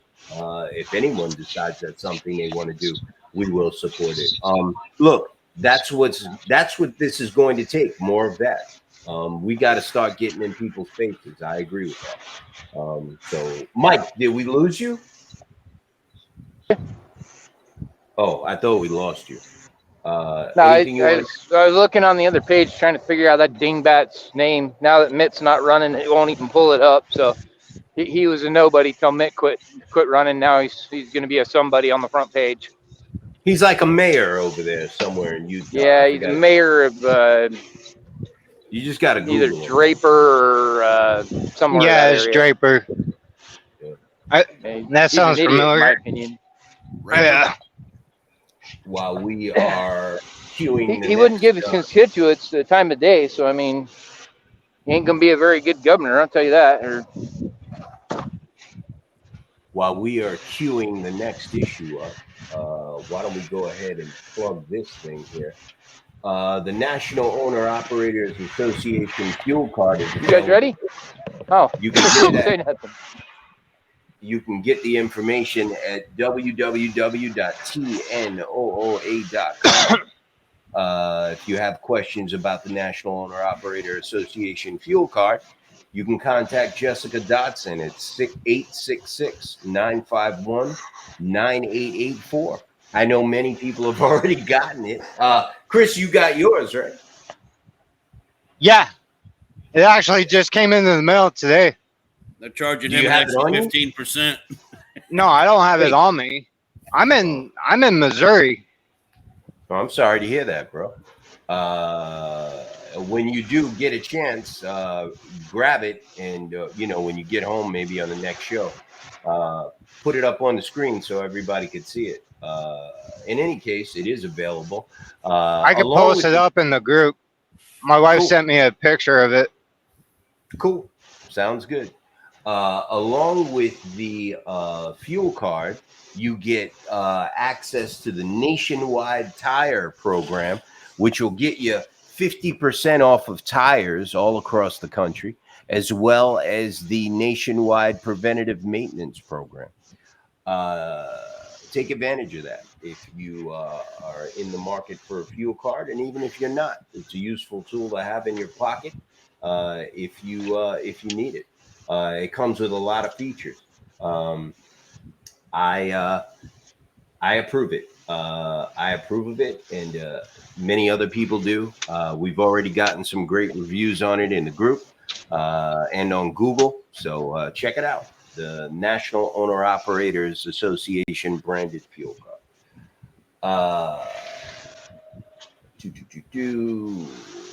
What else? Comments. Let's go to some comments. Lost Mike. Is there a link to the hearing in front of Congress that happened today? Yes, there is. It's in the group. I've got it pinned to the top. So if you go to the top, you will find it there. I put it in the Telegram group too. Nice. Another thing I want to point out that a lot of people probably don't know, the National Owner Operators Association has a full parts department.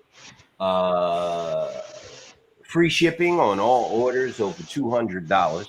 So if you are in need of any type of parts, you get an amazing discount. In some cases, up over 50% discount on parts. We've had this parts department for a long time. A lot of people don't know about it. We're starting to ramp it up more now. If you're interested in parts or you have a need for parts, before you check your local parts or the dealer, you can get in contact with us. If you're a member, just go to tnooa.com and click parts. Send us your needs and we will look it up and give you a price, and you can place the order. And remember, it's free shipping on any orders over $200. Wanted to get that out there. Thank you. Shane. Mike, are you there? Jesus. Shane. What's up? You got the floor, bro. What's the next topic you want? Yeah, bro, I'm here. I killed my camera because you're going in my pocket. I killed the noise because I'm moving cars. We don't want to I see don't the think you wanna holes in hear your it. pocket. That's why I killed the camera, bro. Is it possible for you to send me some of them flyers you got made up for NOAA? I'll start posting them around. Absolutely. Yeah, send them over to me an email or whatever. So I will get them out to you. I'm watching this Truckers Movement for Justice, man. They're pretty involved, man. I like that. So Truckers Movement for Justice with Billy Randall. Billy called me today, but I was half asleep during my power nap. He was asking me if I was going to be there on Sunday and Monday, and I said absolutely yes. I guess they did a peaceful protest, truck drivers in Odessa, Texas, back in August. Mr. RJ, how are you, sir? What's up, buddy? RJ. Yo. Where's your co-driver?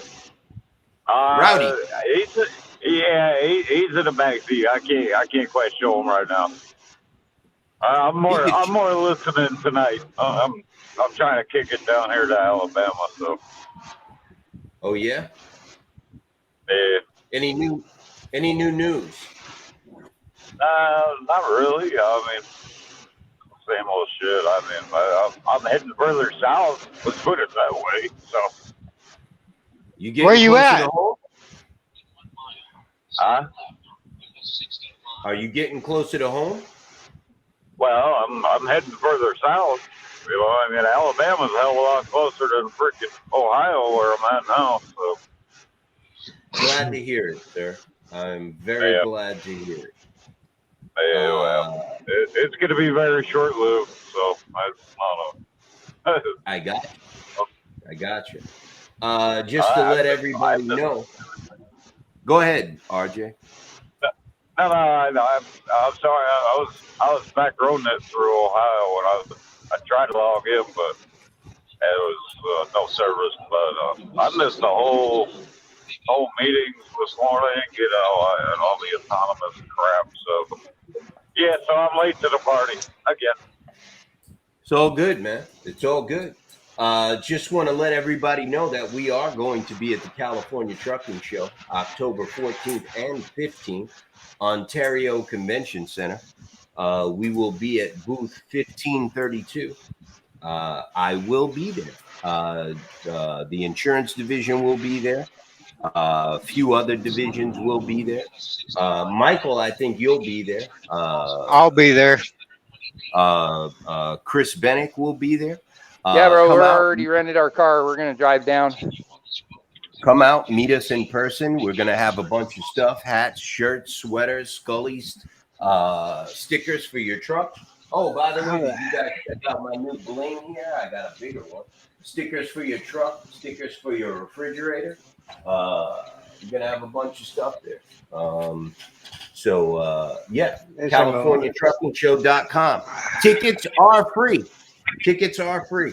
We're also going to be at the Florida Trucking Show. I believe that's in Fort Lauderdale in February. So we will be there as well. We're working the circuit. RJ, you are doing Hot Shot. Is that correct? That is correct, sir. Okay. All right. And how long have you been doing that? Honestly, like just 2 months.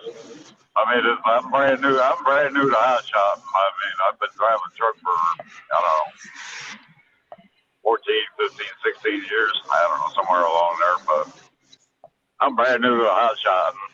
But, I mean, it ain't no different. Got you. I see Shane has brought his. Shane has brought the brains. Shane has brought the brains of his operation to the show. We're glad to see him here. Shane, introduce your boss. This is Buddy.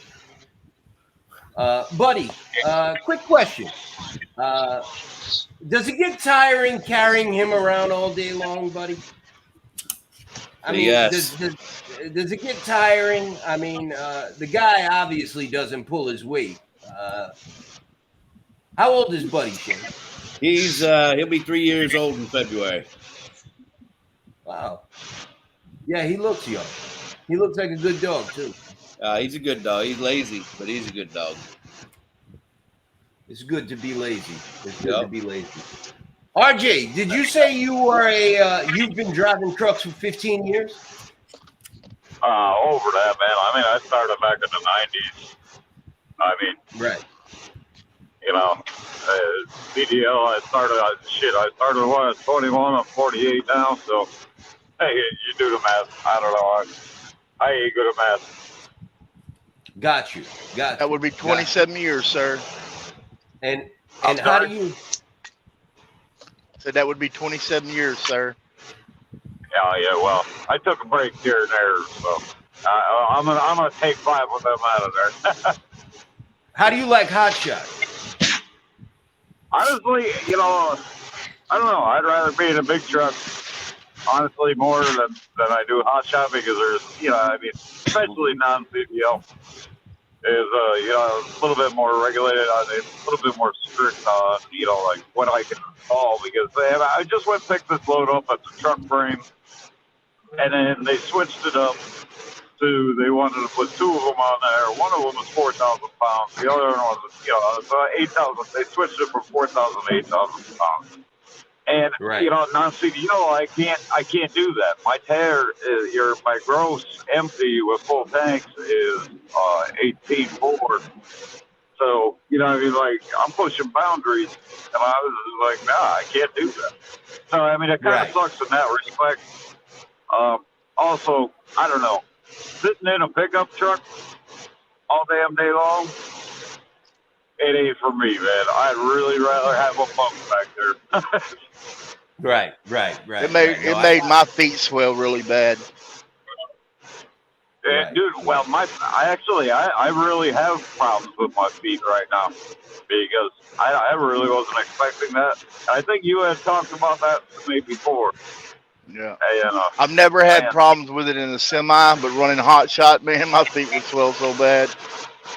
man, my feet, I get out and I damn near fall down. It's like, wow, what the hell happened here?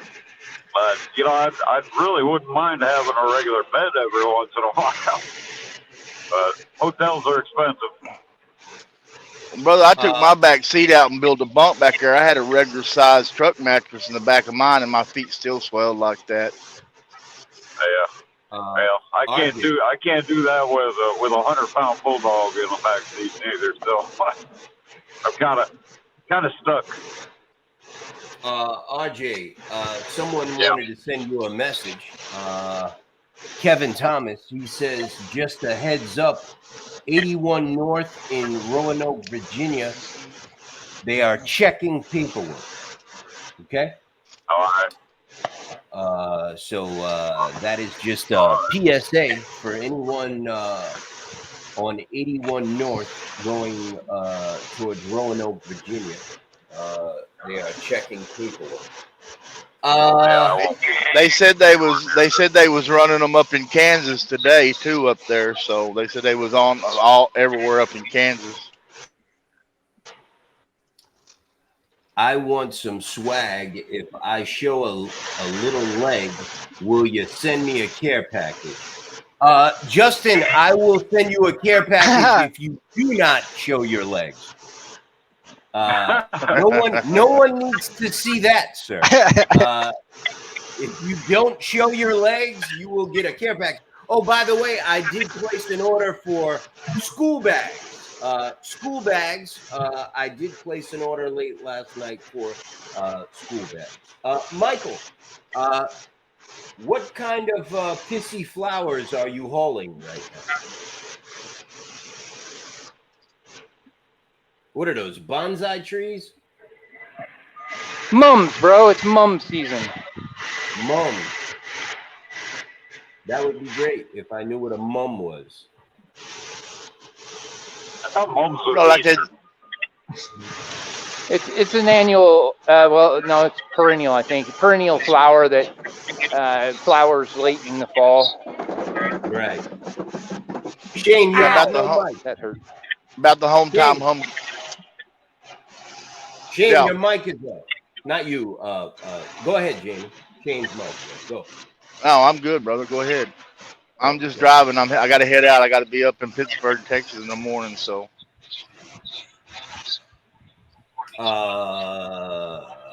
Harley says listening in on how you doing.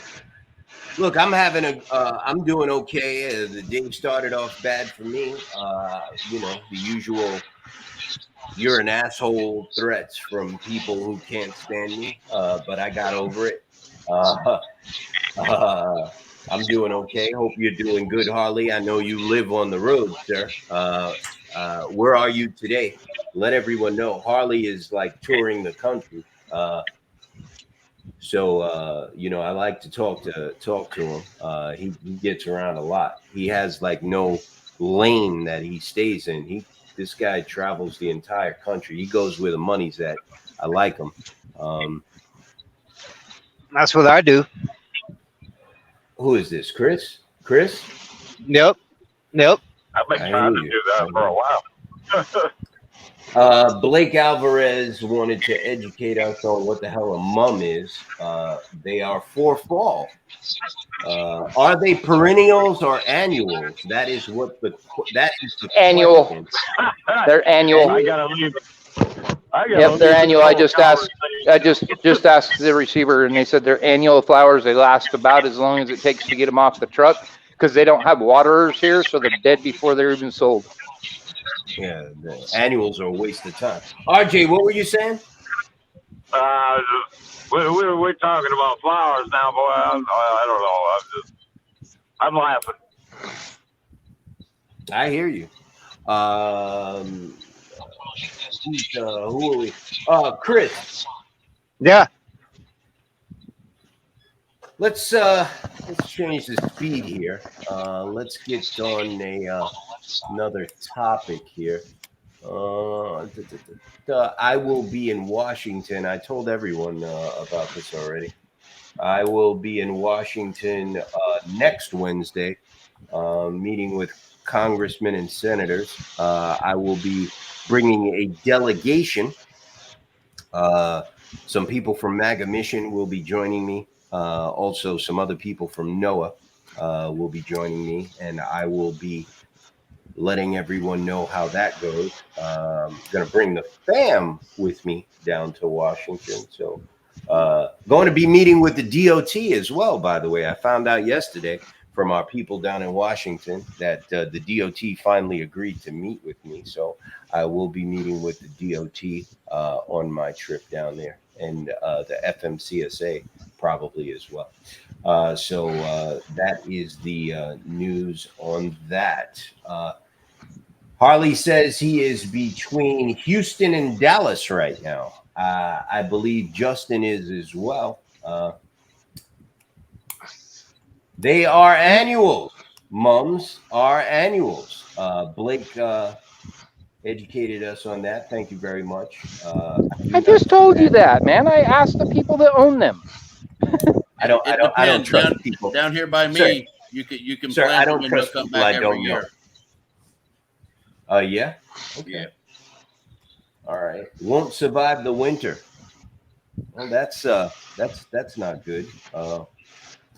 202 miles to get, 4 hours and 30 minutes to run it in. Gotcha, sir. Gotcha. Drive safe. All righty, Shane. I know that we are missing something. I had so much I wanted to touch on yesterday. Let me see. We missed a show yesterday, but I wanted to touch on a few things. Let me go in my database here.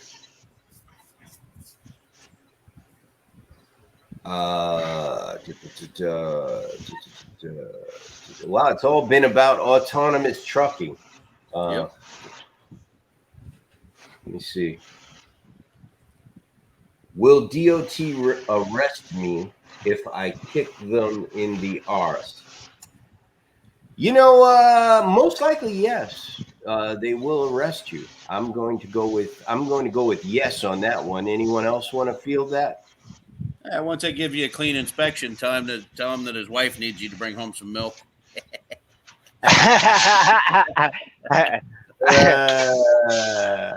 Here's what I find with DOT officers. Once I get them talking about fishing and hunting, they're happy go lucky and they let me go and go about their business.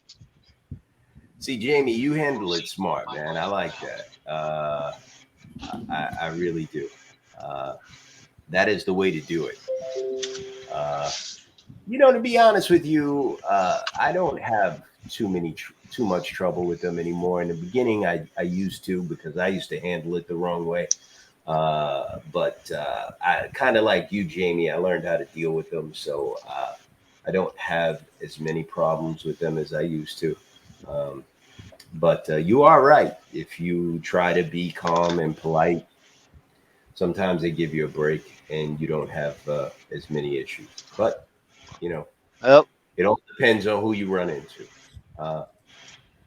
We are boycotting Amazon and Amazon Relay, just to let everyone know. We've announced a boycott of Amazon. I believe it was last week, Mike. Is that correct? Was it last week? Yeah, Oh, it was last week. Mike's playing with his mom. Yeah, we are boycotting Amazon Relay, mostly because they suck. We have kind of avoided announcing a boycott of Amazon Relay because, you know, I just wanted to see how they were going to act during this whole downturn and, protest that we've been having this year. But I could see that they basically don't give a shit. So we did put them on our boycott list. Amazon is an all-around shit company run by an asshole, and we are boycotting Amazon. So fuck you, Amazon, and rot in hell. And basically, that's that. We're not carrying any more Amazon loads. And truthfully, you're really not missing anything because their loads are shit anyway. So We're all double brokered. Exactly. I've never run So, an Amazon load, not one. I've done a million of them. Unfortunately, I've done one, but I got paid really good on it. You're lying. No one gets paid really good on Amazon loads, bro. I got to fight with you on that. Really? You got regular. Yo, Chris, you got regular money on it, and because it was Amazon, it was good. It was real good. You know what I mean? You got regular. Amazon don't pay real good, son. I've never. I got 3,500 to go from Nampa, Idaho to Portland, Oregon round trip. All right. You know what I say to that, Chris? You know what I say to that? Show you the Raycon? Yeah. Okay, I'll send it to you. I'll send it to you. Sometimes they got to have a truck. I'm looking in my email right now, brother. I don't want to hear about it. I want to read it. Send me the Raycon. Okay. Give me a minute. I gotta dig for it. Amazon is full of shit, son. It's the worst fucking company in the world, B. And I hate them new trucks, them new vans that they got flying around my neighborhood. Those electric lunch boxes. They suck. They just opened a new facility behind my house, and we are gonna be protesting them all winter. Did you get the rat? I did not, but I will be getting the rat. I do want to put something else on the screen here. If you just bear with me. I can't. Has anyone had the chance to look at the disclaimer on Truck Stop's website? Have you guys had a chance to look at that? The one that's similar to the one on DAT's website. I read bits and pieces of it. I haven't read the whole thing. Well, if you like the one at DAT, you're going to love the one at Truck Stop's website. And I'm about to put that on the screen. I actually found this one. I dug this one out yesterday, and I posted it in the group. It looks like I'm having a little trouble downloading it. So 1 second here. Let me see if I can get it. There we go. Boom. This is from Truck Stop's disclaimer section. Believe it or not, it's a mile long, but if you scroll down to the bottom, you will find it there. If you look at the highlighted areas, I'm just going to read a little bit of it. We lost Mike. I'm going to bring him back in. This is what it says in Truck Stop's disclaimer section. We call it, I guess, the warranty section. If you use Truck Stop or rely on Truck Stop for any information to make your decisions on what you're going to price loads for or what you're going to offer loads for, if you call a broker to try to get a load for yourself off of Truck Stop's website, basically you should know this. You use the service at your own risk.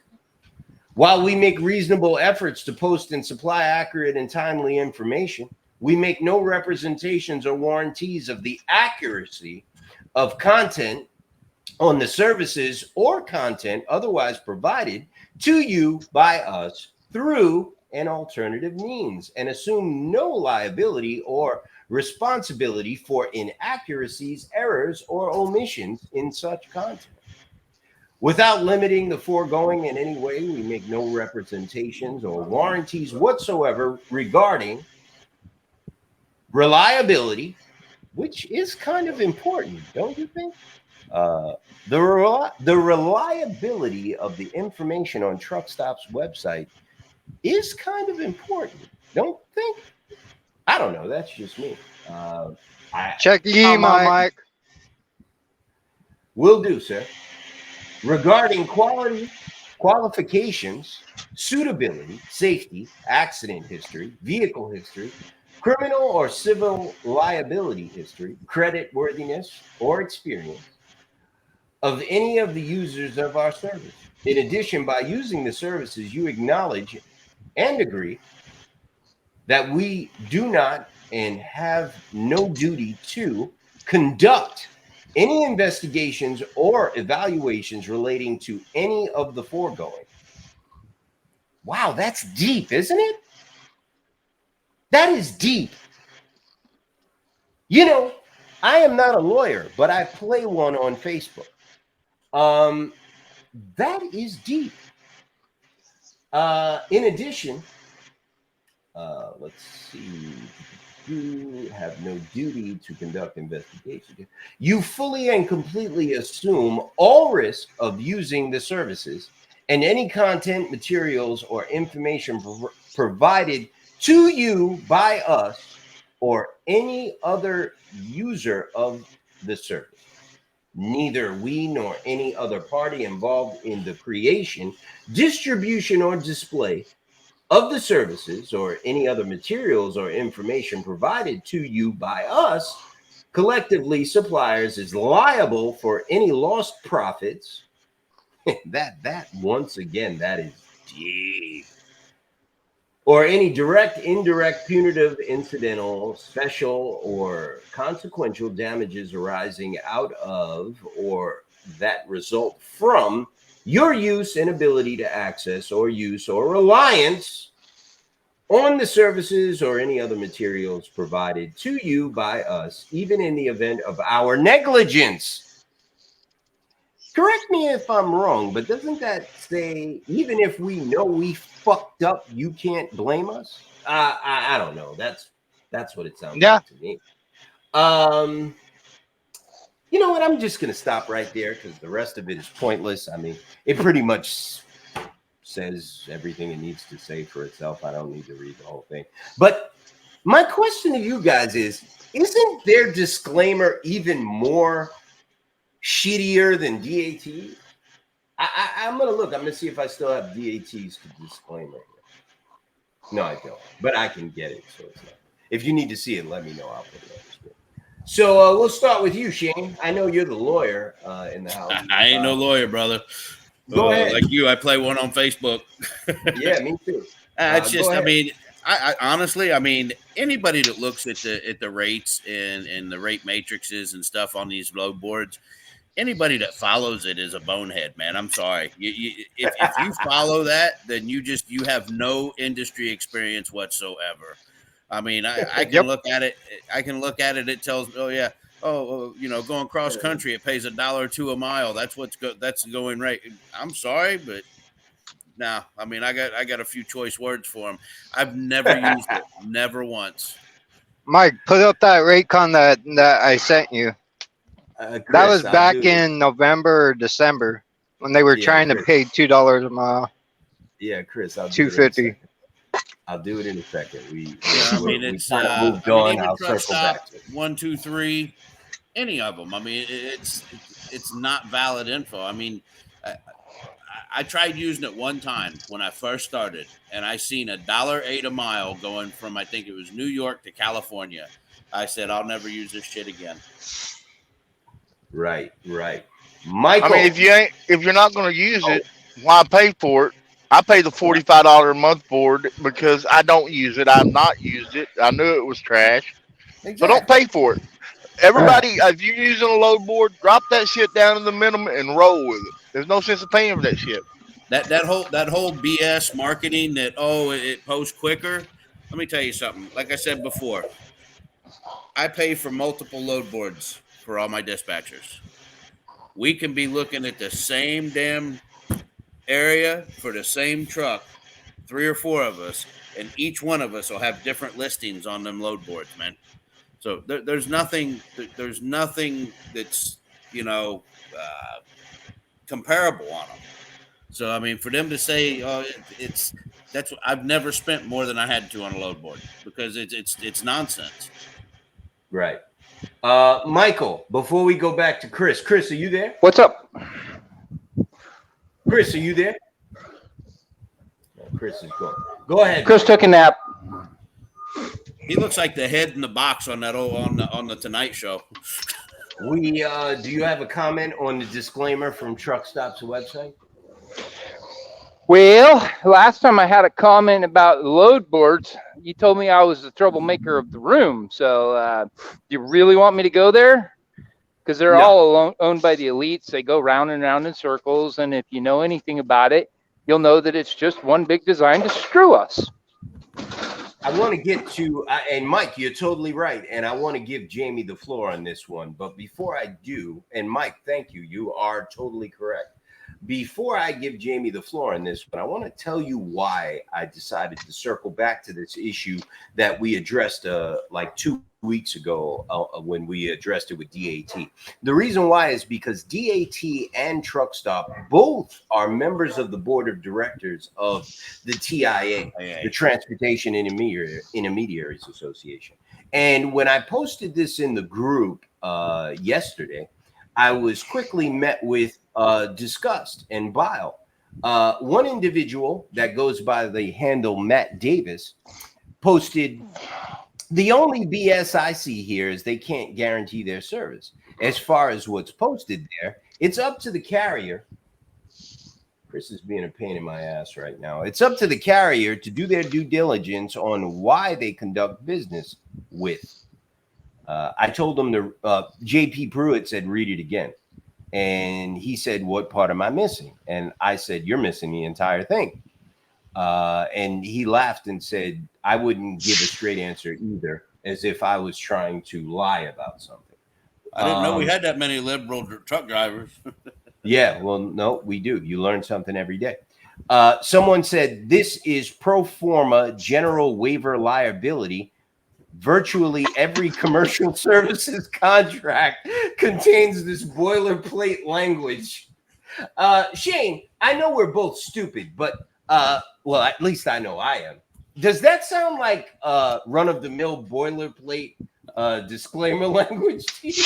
Let me tell you, it sounds to me like somebody put a lot of effort into making sure they had their ass covered. Yo, isn't it funny how spies, when you have a group as big as when you got a 40,000 person group, No, you're good. Funny how spies just poke their head up. You're good, brother. Go ahead. Anyway, he goes on. He didn't stop. He went on. He says, "This is Matt Davis. He's a member of our group." You're good, okay. bro. Go ahead, man. Ain't no big I'm deal. trying to I ain't make got to be sense here till of 10, so I'm trying to make. I ain't no rush. I just got 240 miles. Jamie, you're very loud. Jamie, you're very loud. Mike can't talk when you're talking. I'm headed up to Pittsburgh, Texas, man. You have a good night driving. Hold up. So he says, "Okay, I'm trying to make sense. How should a platform that connects brokers and carriers be regulated, and how is it used to manipulate a market?" I know Jamie's gonna love this one. Anyway, he went on and on and on, and I basically said, we've posted a number of content addressing this issue. He's only been in the group for a week and I said, go through all the content, and if you still have questions, reach out to me. Sound like he'd only been in trucking for about half that week. Right. He never responded back. And I know Chris has some chime in here. But Jamie, I'm going to give the floor to you on this one. How does Truck Stop and DAT manipulate information that benefits brokers? Now, the original person I spoke to was an analyst at DAT, and he told me a bunch of bullshit, of course, but where it really come out was in Spaces in Rutherford Space when we had Craig Fuller in there. And by the way, it got me blocked and banned off the platform. Craig Fuller actually blocked me and dropped out, said he was having connection issues. He realized he had opened himself up and stuck his foot in his mouth. And then he blocked me, which I don't care. It is what it is. He still sees what I'm doing. But, basically he said that reason why he built Sonar, and he said that the whole platform of FreightWaves is based on data. That's what the man said. and you know, he said that he put together sonar because the data was so. Well, he said the data was shit with truck stopping that. I'm gonna put it like he said it because that's what he said. So I go to drilling into him, you know what I mean? And I'm like, you know, okay, well, tell me where the data comes from and how am I represented in the data stream, me being a small carrier and an owner operator. Oh, well, we got multiple ways we pull data from. I'm like, okay, well, how am I represented? He says, well, you know, the information he said it comes from mega carriers, mega brokers. It comes from your ELD. It comes from your fuel service provider on your fuel card. It comes from he goes on and on. And I tore him down because I told him, I said, okay, how am my company, how am I represented in that data? Because here's what I can tell you for a fact: I don't run for nowhere near the rates that data shows in the spot market. He's like, well, yeah, we got this, we do it this way, we do it that way. I'm like, I want to know specifically how am I represented. And he says, well, so I tell him, I said, look, man, I use mud flap to fuel. I fuel with cash. You cannot pull no data off me that way. I said, I run a Motive Keep Trucking ELD. That's not connected to anybody else. Nobody else has access to my ELD but me. I don't do the Route 44. I don't do none of them apps that connect to my ELD. I've got access to my ELD. It's my information. If I'm requested by a DOT officer, I send them the file. You're not getting no data off of my ELD. You're not getting no data off my fuel provider. I have no way to go in and submit rate cons on what I'm actually getting on these lanes. Well, later it come out, and this was from a good source, a confidential source, that their whole platform is built on 300 carriers. There's over 1 million carriers in the United States. The 300 carriers that their platform is built on, and the data that's being used comes from mega carriers and mega brokers, and it's on contracted freight. He said that. He said, well, it's contracted freight. So they're using the numbers of contracted freight from megas, which they don't work like we work. Every load's got to count because we can only get 3 or 4 off a week. They work in volume. They don't pay their drivers nothing. You know, they get huge discounts on these rigs because they buy so many at a time. Right. So the man said, basically, I made him admit that, you know, we're not represented in the data stream that controls the rates and lanes from the contracted rates in the spot market. Like I said, after that, he blocked me, and I haven't seen him back on any spaces since then. He knew what he had done. But the information's out there. Here's my deal. I'm a country boy. I'm from Texas. I sound dumb, and I play dumb sometimes. But, you know, that opens people up to where they'll come out and spill their guts and say stuff that later on they wish they didn't say when they figure out who I am and what I am and how hard I drill down. So that's where we're at. That's what started this fight, and it's been going ever since. Mr. Anderson. Yes, sir. I am going to disagree with you, sir. You do not sound dumb. I don't want you to think that, because I sound like a redneck, Mike. Only hey, that don't make you dumb. Anyone who thinks that is dumb. No, you are not dumb, sir. Never underestimate anyone thank you, brother. of the way they speak or sound. I learned that. The hard way. Mr. Bennett. Yeah, I'm gonna thank you, Jamie. Yeah. By the way, Mr. Bennett. 1 second. I'm gonna bump up this truck. Justin was a witness at that on that day on Twitter when Jamie put Mr. Fuller put his feet to the fire. He was in that Twitter space that day, and he is a sworn witness. Mr. Bennett, 1 second here. I am a man of my word. I was in that space as well. Okay. Chris was in that space as well. Here is your RateCon, Chris. It is on the screen. I am going to zoom in here. I cannot. Let's see. 12/1/2022. You picked up, 1 second. You picked up Nampa, Idaho to Portland, Oregon. Freight pay $3,600. Amazon. Hey, I already know y'all are full up. I was talking to the other driver on the CB. Do I just need to wait until people come out and check in then, or what? Ken? I just didn't want to be put in as late. You know what I mean? That's a good number. I bumped up so you could get in behind me. The second one. Chris, That was the only reason I took it. that's a good load. It is not heavy. It's paying over $4 a mile, and that is a good load. I stand corrected, sir. Chris, can I tell you something though? Yeah. Can I tell you something? Yeah. We're still for it. boycotting. We're still boycotting fucking Amazon. Moving on. Yeah. No Moving doubt. on. No doubt. Because the only reason I took it was because I got that rate. That's the only reason I took it. So Just sent you an email, Mike. Okay, we've got more rate cons coming, I guess. No. It's an article from Overdrive talking about the Tesla trucks, and then there's something about the Data Q.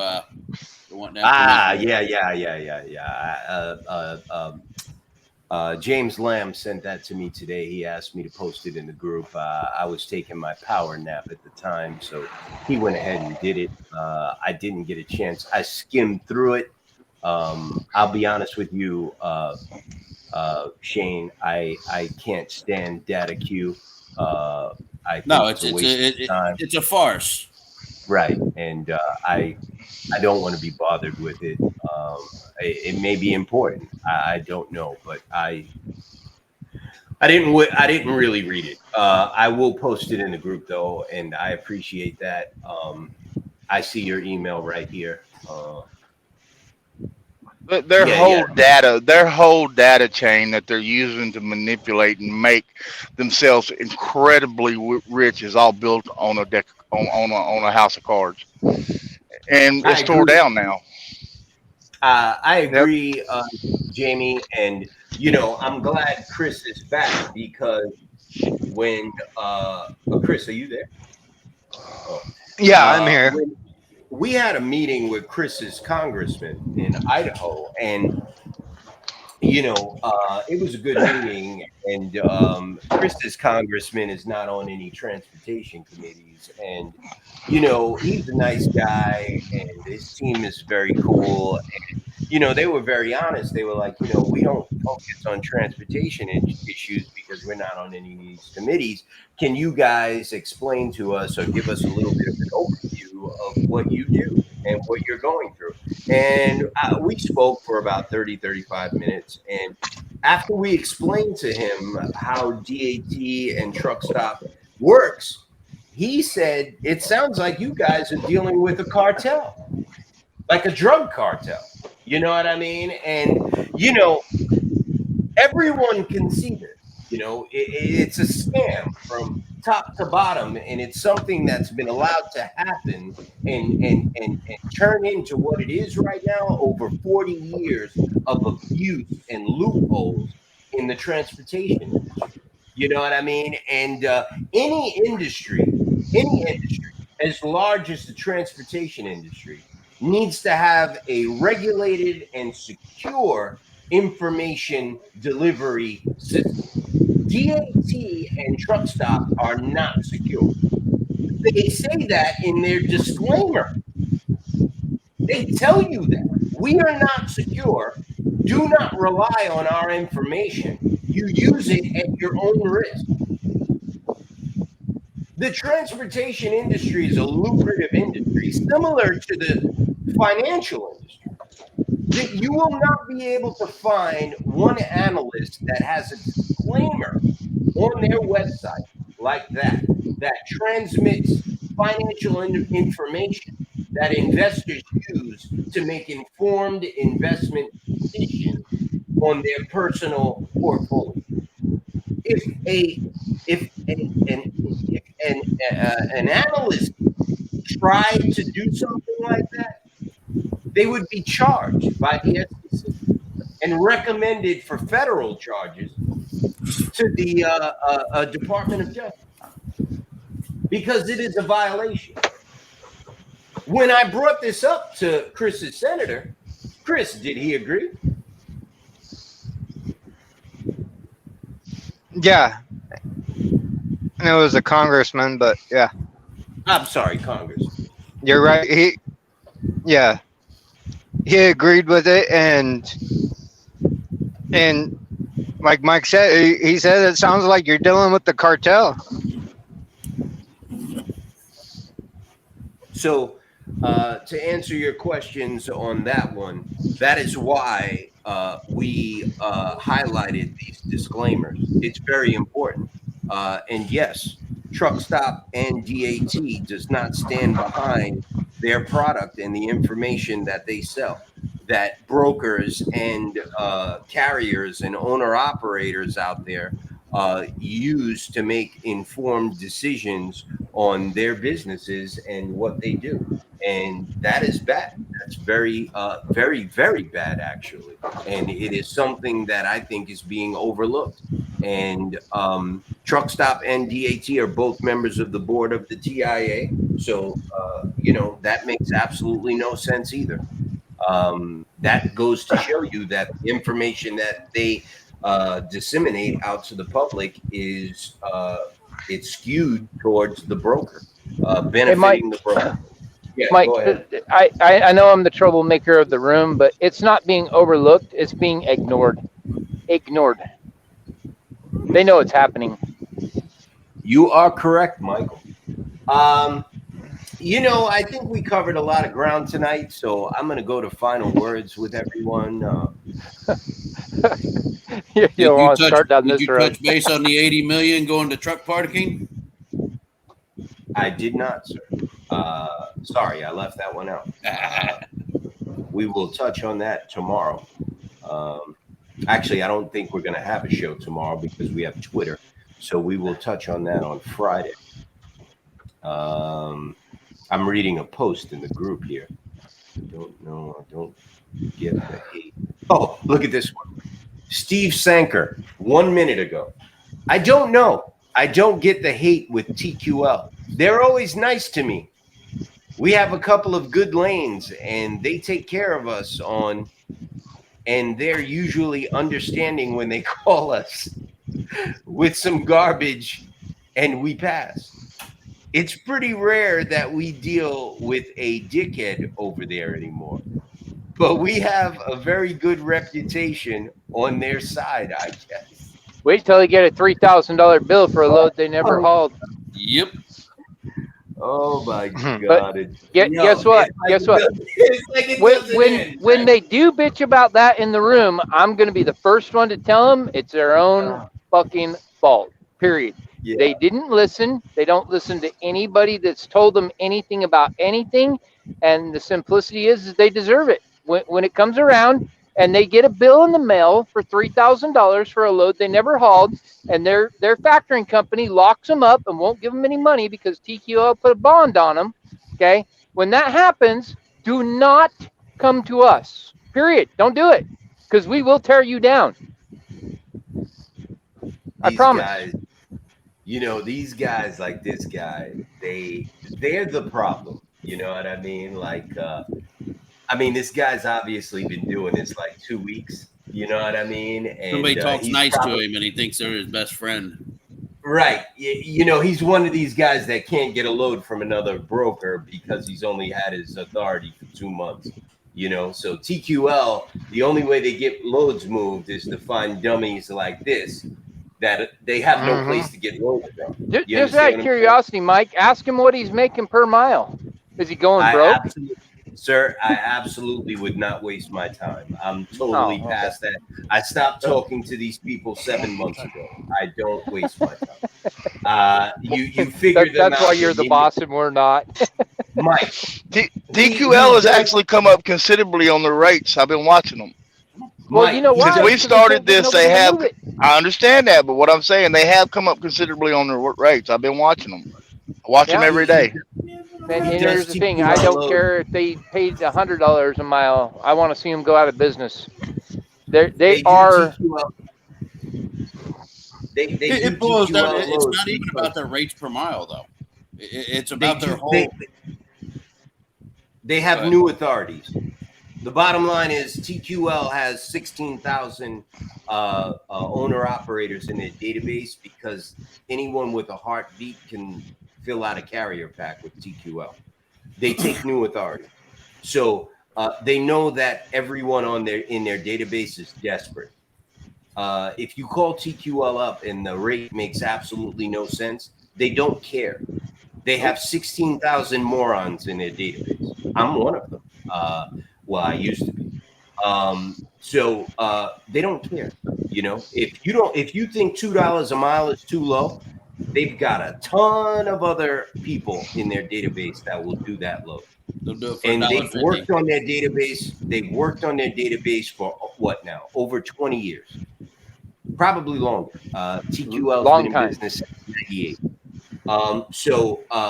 You know, that's the long and short of TQL. They could care less about you. They don't care about your issues. They've got long-running scams that they've been getting away with for decades. These people like this guy, I do not address because if you say something like that, you've already told me who you are. You're a new carrier and you're doing business with TQL because you have a new authority and no legitimate broker will trust you with a load. So only a shit company like TQL will give you loads and you do them for shit money. That's why you don't have problems with TQL. Jamie, am I correct in saying that? Yes, sir, you are. Exactly. 100%. Because anyone who's ever negotiated a load with TQL will never say anything stupid like what that guy just said. Nah. It always ends in a nasty fight with one of those lowlives at TQL. Trying to get you to do a load for $2, $2.50 a mile that you know you should be getting $1 more for, and it turns into a nasty argument, and it burns into your brain.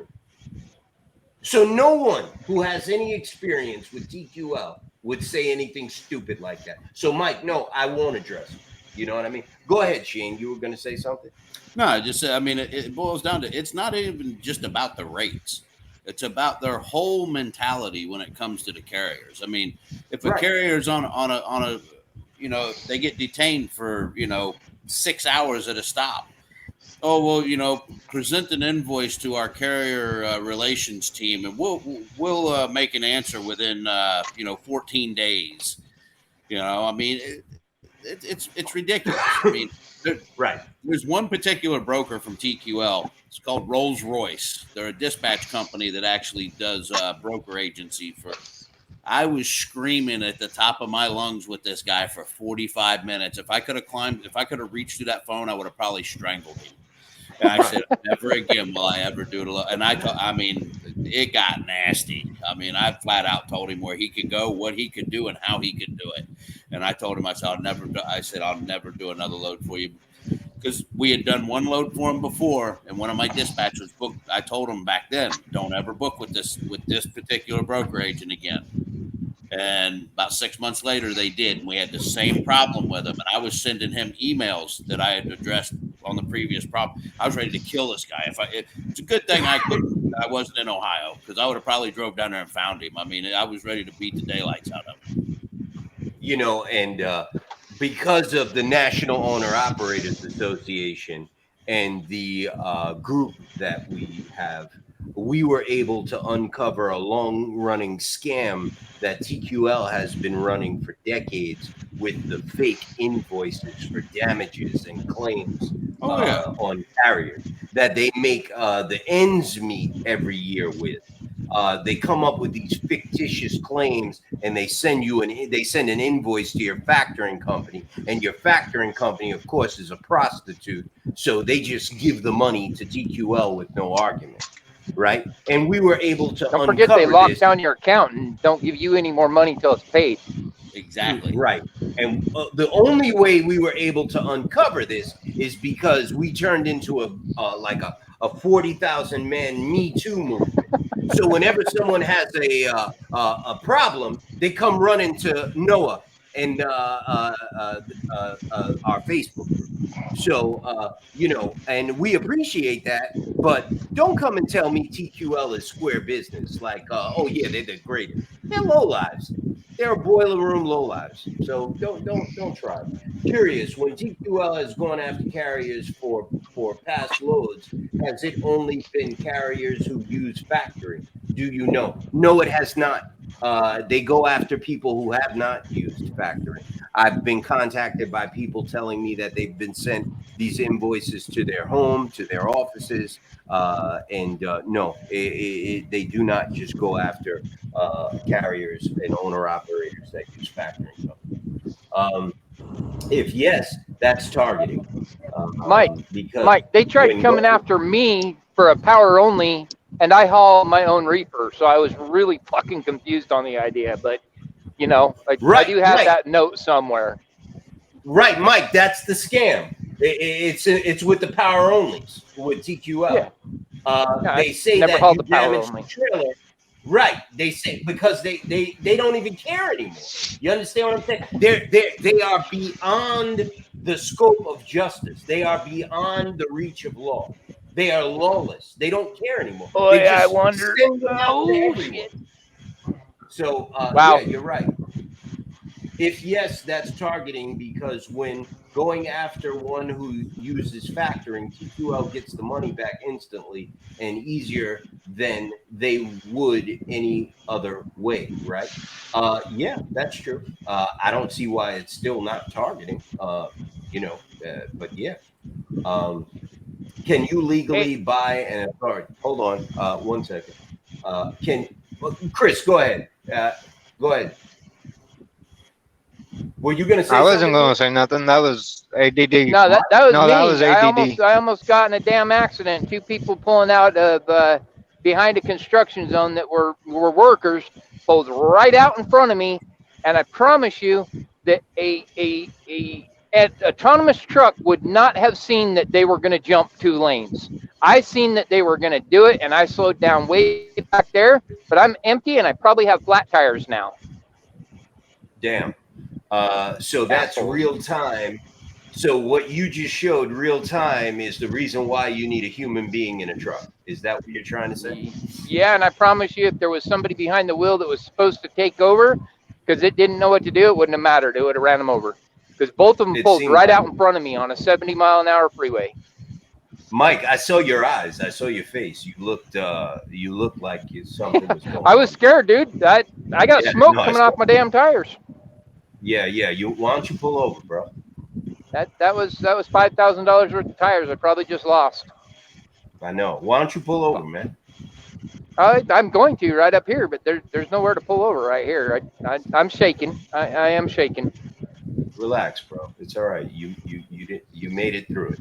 I want to go to this question here. It looks like it's off topic, but we can answer it, I think. Can you legally buy an authority from someone that has been in the system, so you look like you've been around a while? You could legally buy an authority, but that won't make it aged, which is the question you're answering. You get the same MC number that they have, but it starts over as a brand new MC.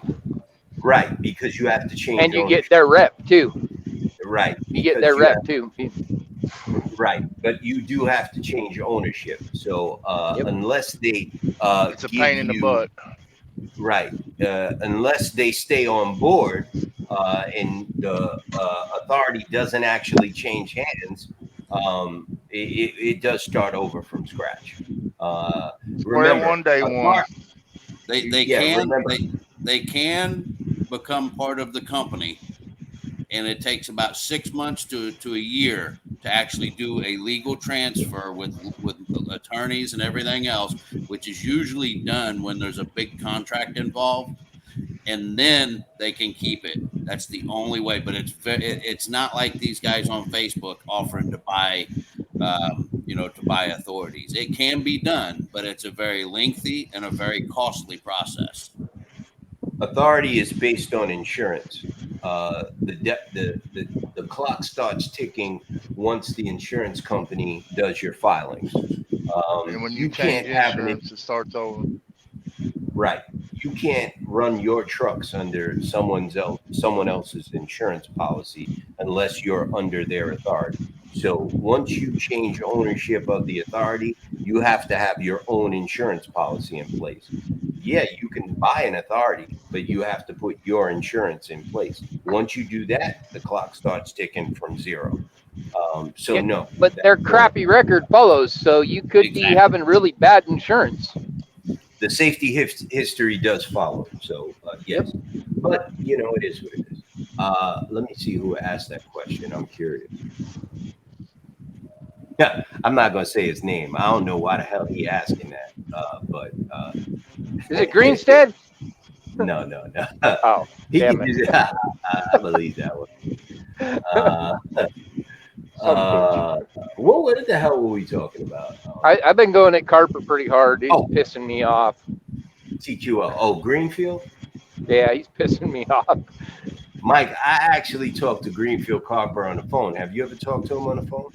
No, I'm not kidding. I'm not wasting my time. I mean, he downgrades everybody's comment. Every person that is a driver is stupid, dumb, or ignorant. Greenfield's like 800 years old, bro. I remember, yo, brother. I remember one time he called me, right, and he was having a conversation with me, and all of a sudden, in the middle of like a sentence, he just stopped talking, and I was like, "Is this motherfucker still on the line?" You know what I mean? And then he just came back, took a nap. You know what I mean, and started talking again, and I was like, "Wow, he old." You know what I mean? Like, so I don't really mess with him too much, but I had an issue with Michael Joseph. He pissed me off, so I kicked him the fuck out the group. But we had a member that actually asked a question that said, "Hey, what do I do if I've got a freight guard on me, but I never signed a contract, I never did anything, and it was a miscommunication where the broker said he could not take the load off the board because he'd been refused too many times, right?" And Greenfield comes up with the stupidity that it's his own damn fault because he didn't follow through with filling out the contract after it was off the board. And I'm sorry, I've been on I'm on the damn phone filling it out. I'm like, "Hey, I'm done." "Oh, sorry, dude. We just closed out that load." I mean, it Mike, pissed me right off. Mike, you know how I treat Greenfield? When I was a little kid, I used to work in a senior citizens home, like a senior citizens facility. And every once in a while, one of them would get mad, and he'd be mad because like his fucking applesauce wasn't there on time or some shit like that, and his bottom lip be shaking, and he'd be hitting the chair with his cane. You know what I mean? And you got to treat Greenfield like that, son. Like, I'm sorry, you know what I mean? You got to kind of like pat him on the back and just give him his applesauce and shit. I pretty much just put on told the him Price is Right for him. Put on the Price is Right for him. Pissed off. He was just pissed off because his generation didn't do an effing thing to fix the problem. They just sat around bitching about it like they still do, and they're still not doing anything. And he didn't have a whole lot to say after that. Don't take his freedom of speech away. Yeah, that's his big thing. He threatened, Greenfield shut me up because he threatened me with that. He made me feel like I was Big Brother. He was like, "You trying to take my freedom of speech away. You trying to trample on my First Amendment right. I was like, I said, yo, brother, you say whatever you want.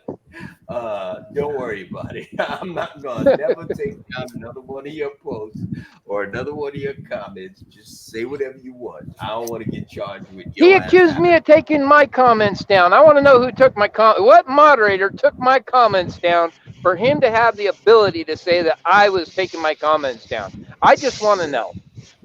Greenfield said I was trying to fucking silence him and take away his freedom of speech. I was like, brother, I don't own Facebook. Shut the fuck up.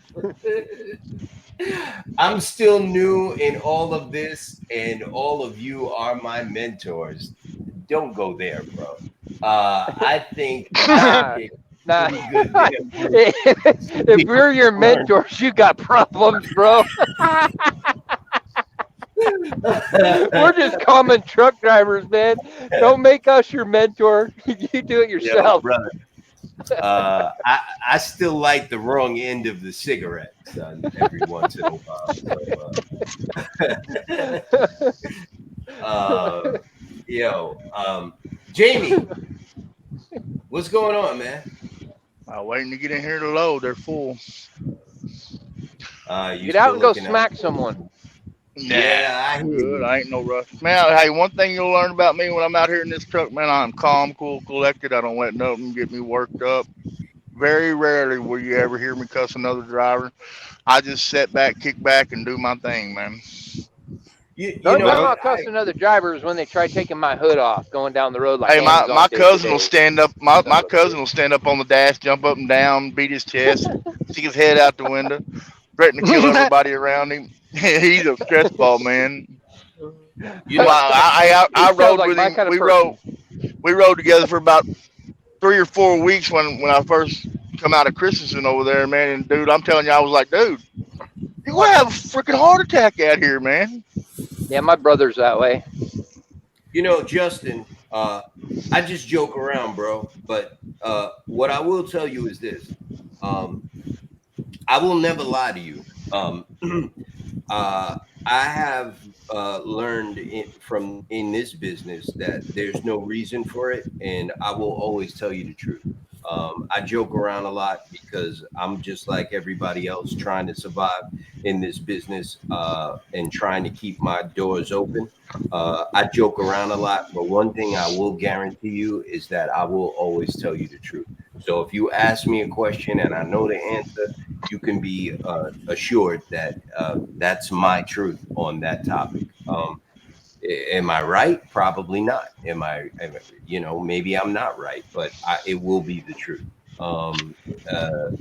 When someone hears that they're a mentor, I don't know anybody who would take something like that, who wouldn't laugh at something like that. I don't feel like that, but I do have information that I picked up over my years in this business, just like Jamie, just like Shane, just like Chris, just like Michael. And I understand where you're coming from.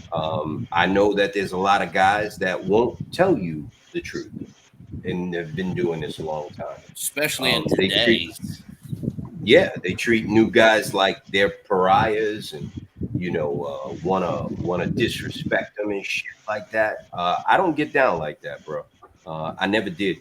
And before all this boycott stuff started, and Noah, when I started this group, that's what it was based on. If you want to know anything, if I know the answer, I'll get it to you, and if I don't know it, I'll find somebody who does and get that answer for you. And that's a service that I provided for free. And I had left this business, and when I decided to come back, that was the deal I made with my partner and myself. If we do this again, we're going to create a group where we can make a society of owner operators that can feed off of each other and help each other. And I joke around a lot, bro, because I'm just like everybody else, man. We have to. That's how we get the stress out. I mean, seriously, brother, honestly, I'll be real with you. I don't think I've cried this much in a long time in the last 7-8 months. I'm being fucking real with you, man. Like, the stories that I hear and the things that I see, honestly, is heartbreaking, man. And sometimes you have to laugh and joke around, or else you'll just quit and cry, man. Like this is we are fighting a battle against billionaires, man. Billionaires. Yep. Odds are And they don't stacked like us against checking in on their money either. But the odds thing are is, stacked those against us, man. billionaires made their money off of our backs. Right. And we gave it to them, and they're Yeah. using it against us.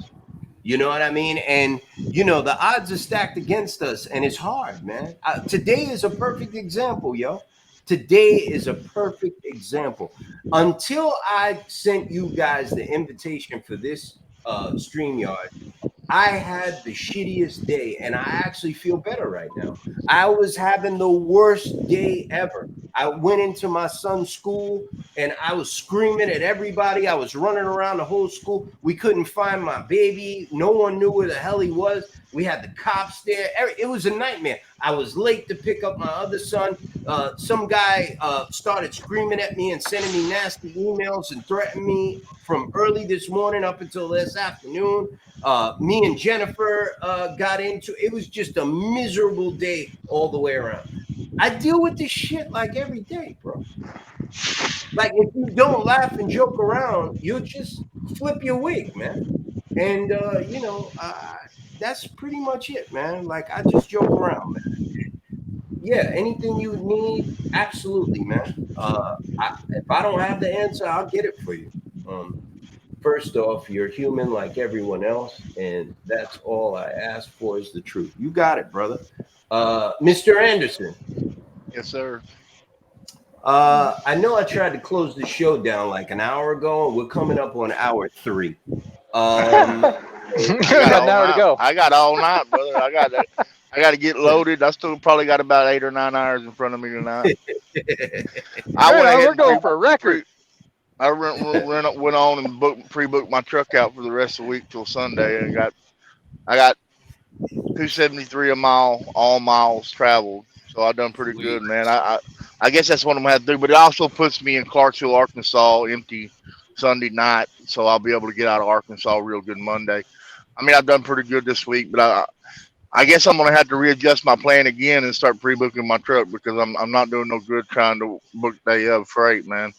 You know, I thought about doing this, you know, to try to get some people up on the dispatching and where we're going. I mean, we could come in and do a live while we're actually dispatching if we could get our phone to transfer and let people hear us talking to these brokers and negotiating with them.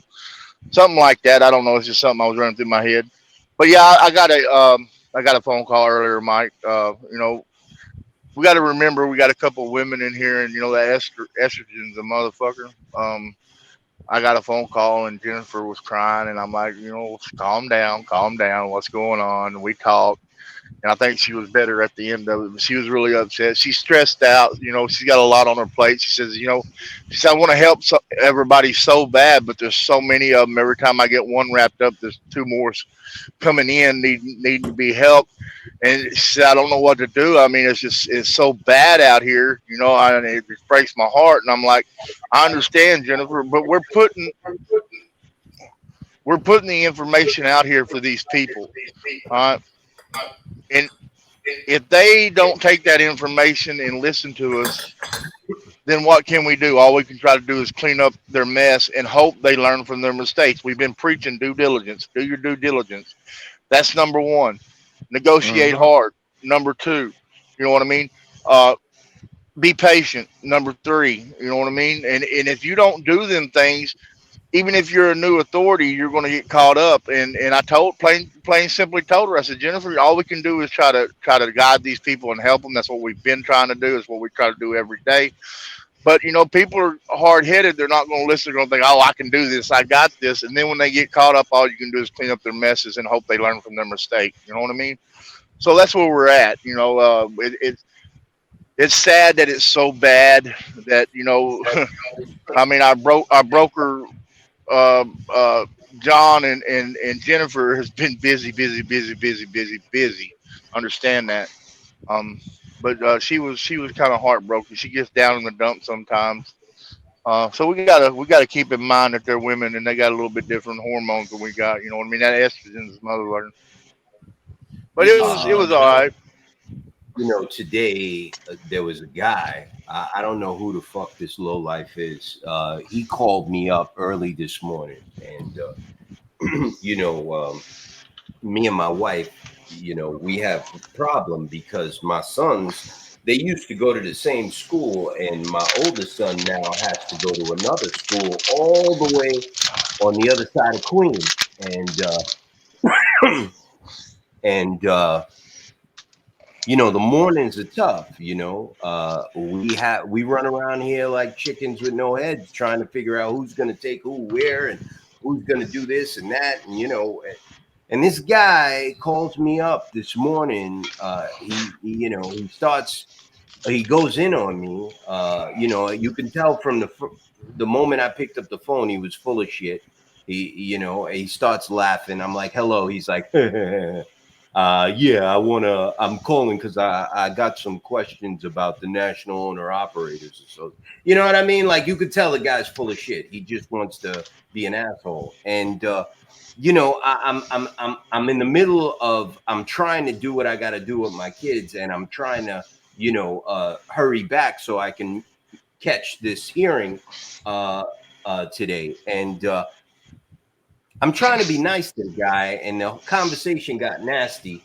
And, I hung up on him. He hung up on me. And, now he's sending me all these nasty emails. You know what I mean? Those. And yeah. And, I don't know how he got Jennifer's email address, but now he's emailing Jennifer.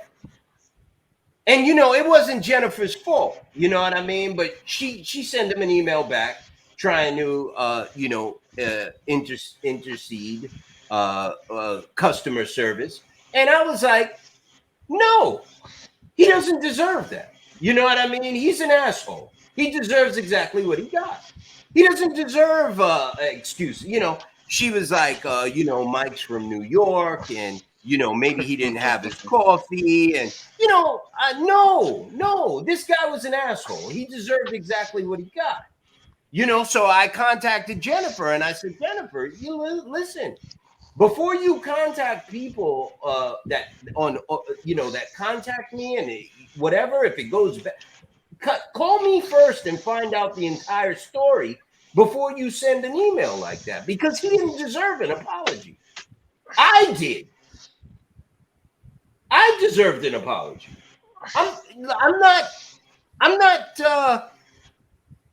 not an underling. Like, I'm not somebody you can call up and laugh in my face and spit on me and call me a piece of garbage and hang up the phone.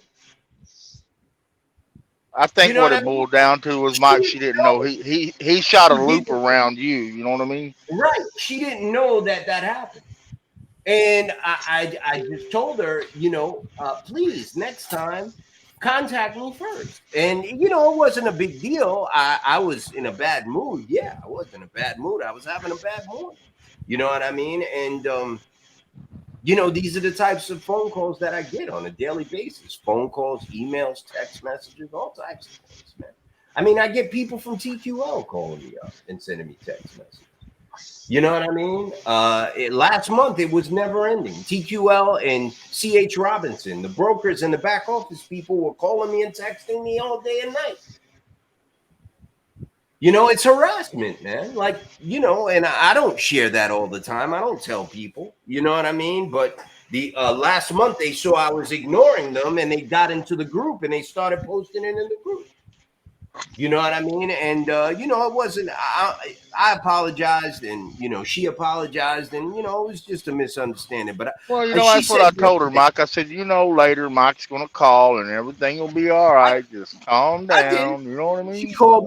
She called me when I was on my way to pick the kids up from school, and we spoke, and she understood, and it is what it. I just said, listen, just don't get sucked up in the stuff that I deal with, because I get these people contact me regularly. You know what I mean? And try not to inject yourself in the middle of it. You know what I mean? It's just gonna cause problems. Fuck this guy. He's a piece of garbage. You know what I mean? I got something I want to touch on before we leave, but you go ahead what you're doing. But I got something I want to touch on. Go ahead, Jamie. Man, I ain't talking about nothing. Go ahead. You know, we've been going around and around with these people on Twitter about detention and stuff like that. Am I echoing y'all? 'Cause I can hear an No. echo. Okay. No.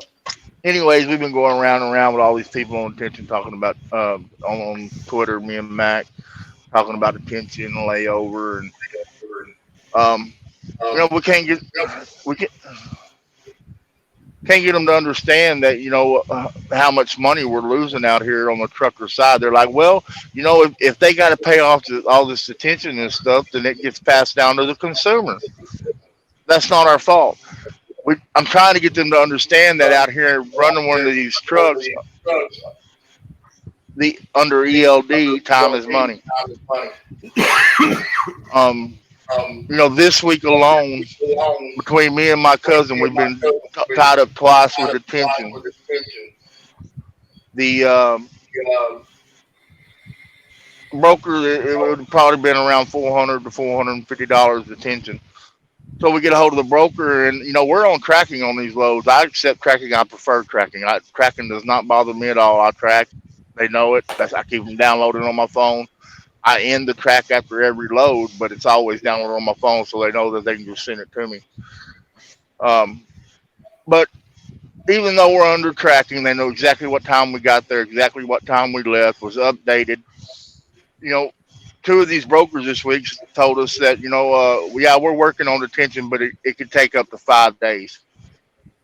You know, we're running through a factoring company, so I mean, literally we don't have the surplus amount of money built up because my cousin's been having trouble with his trucks to be able to hold a load like that.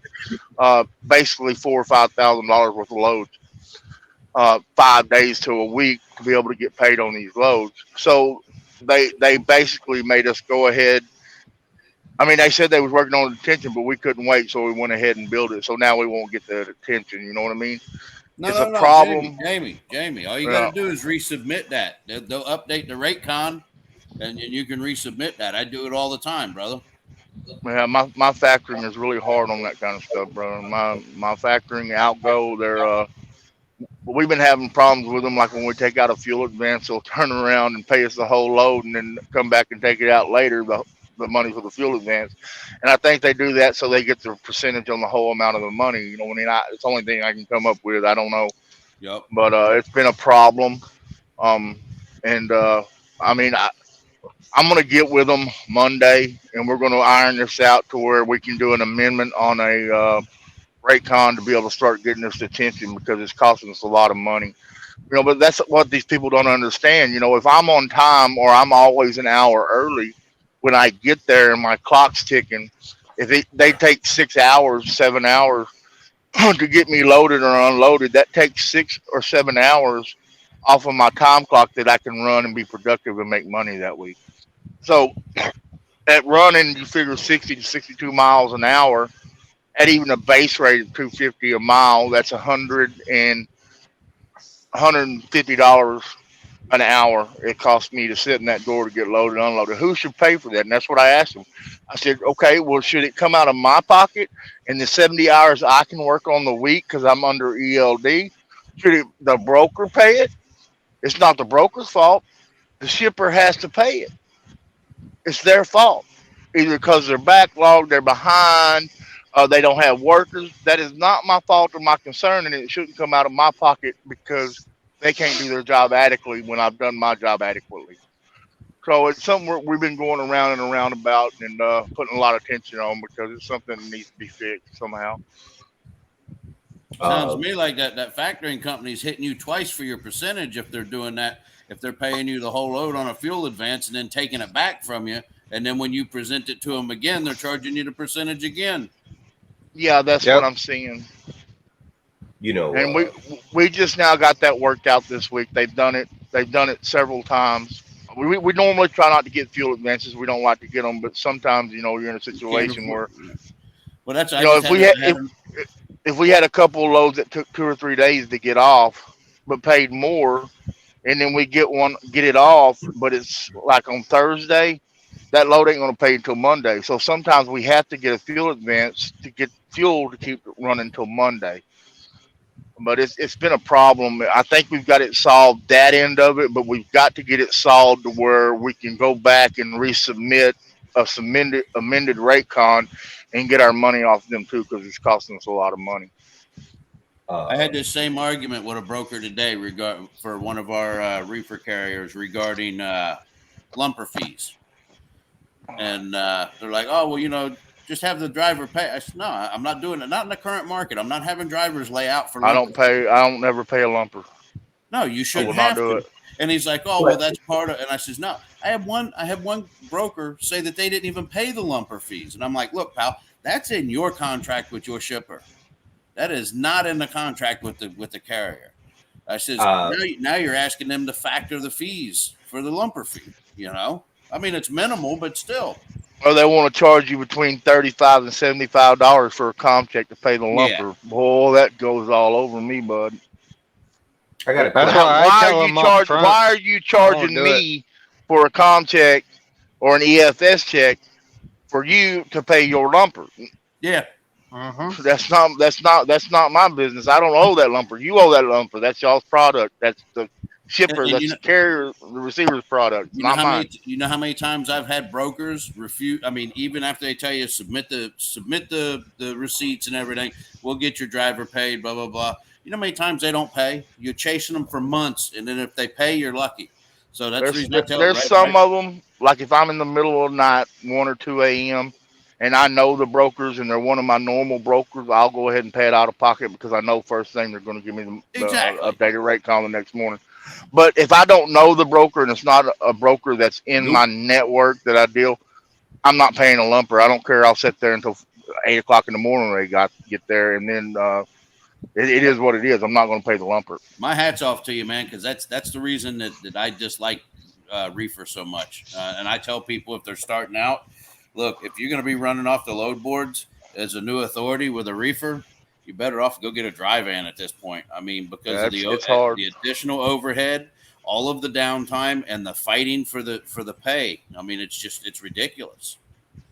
Yeah, I've been under reefer some years, so I'm used to it. You know what I mean? This is what I do. Right. Question.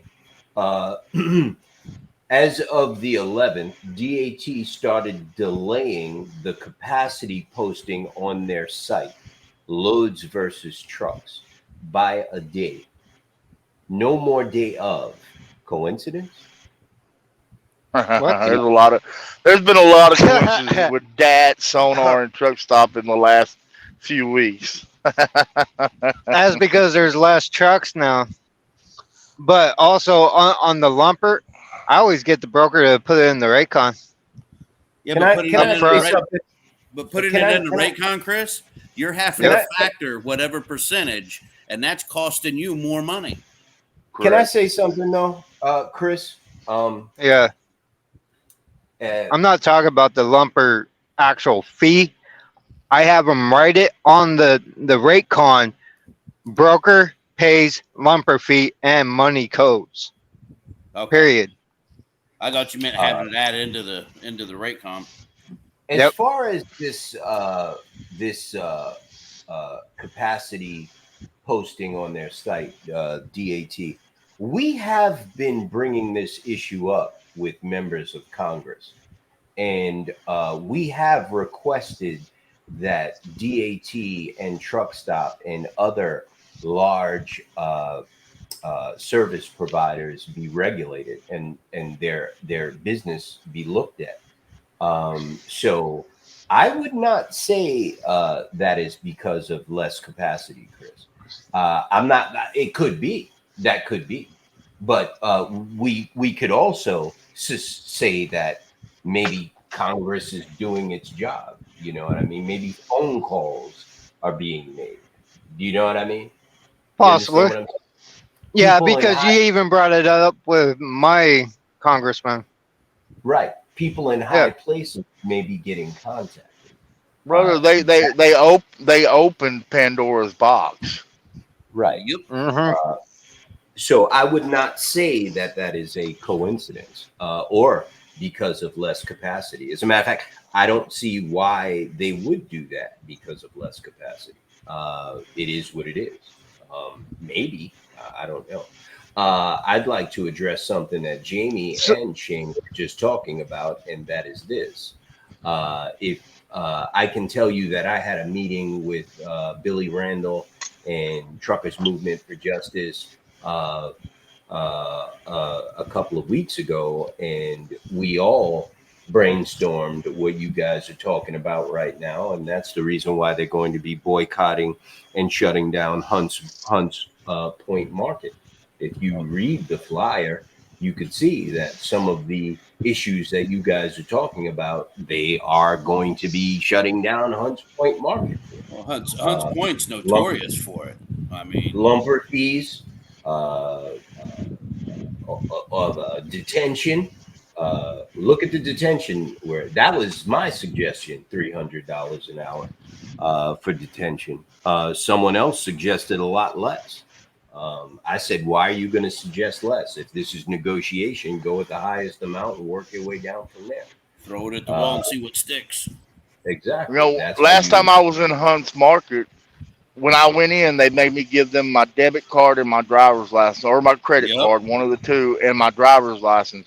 When I left, they did not give me my driver's license back. I had to go get another driver's license. Damn. Yeah, so you guys should look into this. They are passing this information around. Everyone is trying to get it around. Jamie, this Come on ahead of me, brother. The one behind me back here in the yellow truck. This is exactly what you are talking about. I got another comment here. Actually, I got a few. Actually, I only got one more. When we did contracts, we put in the contract a mandatory demurrage fee of $250. An hour after 2 hours fee with no limit, regardless of reason or delay on their side. No customer ever fought or disagreed it. That is from Blake Alvarez Foss. That's a big difference, though. The tanker running like that. I mean, tanker's a different animal than the reefer and the dry van. Even flatbed's different. You don't get a whole lot of detention with the flatbeds. Right. All well, righty. yeah, Chris, I would did you only wanna go. Yeah, I would only go 100 less for dry van or flatbed. Flatbed Right. really doesn't get too much detention either, though. Depends on how the driver runs. If he's going to slack Yeah. off and not get there early in the morning, he's going to be behind. He's going to be in a line. Yeah. First come, first serve. That's most of your flatbedding don't get detention because it's all first come, first serve. Right. Hey, Mike, Chris, were you looking for a flatbed? The what? Weren't you looking No, I for a run- flatbed a couple weeks ago, Mike? No. No. I don't need flat. Do you mean to rent or lease or looking for someone with a flatbed? I don't know. Somebody just messaged me and asked me, said, was Mike looking for a flatbed? Nah, I got a ton of flatbed stuff out on Okay. the West Coast. So if anybody needs flatbed work, I mean, we got a ton of it out there. But we're working on some other things as far as the load board is concerned. I'm going to be putting some fresh stuff up soon, but it's tough. We've got advocacy stuff going on, and it's just we're spread thin. But we're working on it slowly but surely. I think we went over a lot of stuff today. Chris, final word, sir. I think the ball is being tossed in your court. You're next. Mike disappeared, so you're next.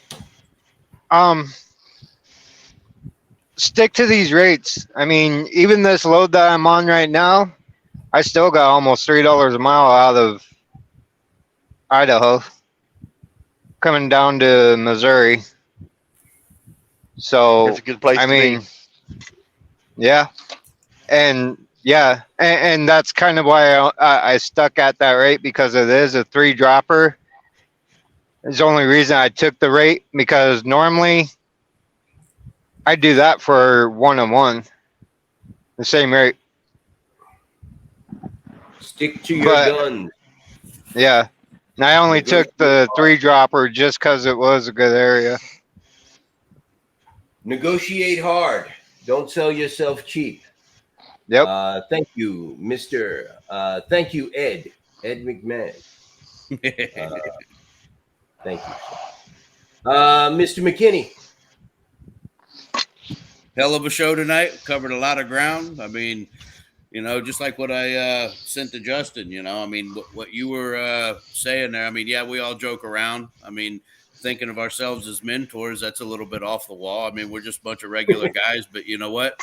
We're old school. I mean, that's back when guys used to, instead of filming somebody screwing up, we'd get out and help them. I mean, and that's what this whole organization's all about. I mean, it's about helping one another, and it's about educating, the people that need it. I mean, listen, none of us know everything, but you know what? Between the most of us, I mean, we're gonna figure it out, and we can share our knowledge with others. I mean, I told Justin, I sent him my phone number. I said, you ever need anything, give me a holler. I mean, it's the way we're all under the same mentality, man. I mean, that's what this whole thing's all about.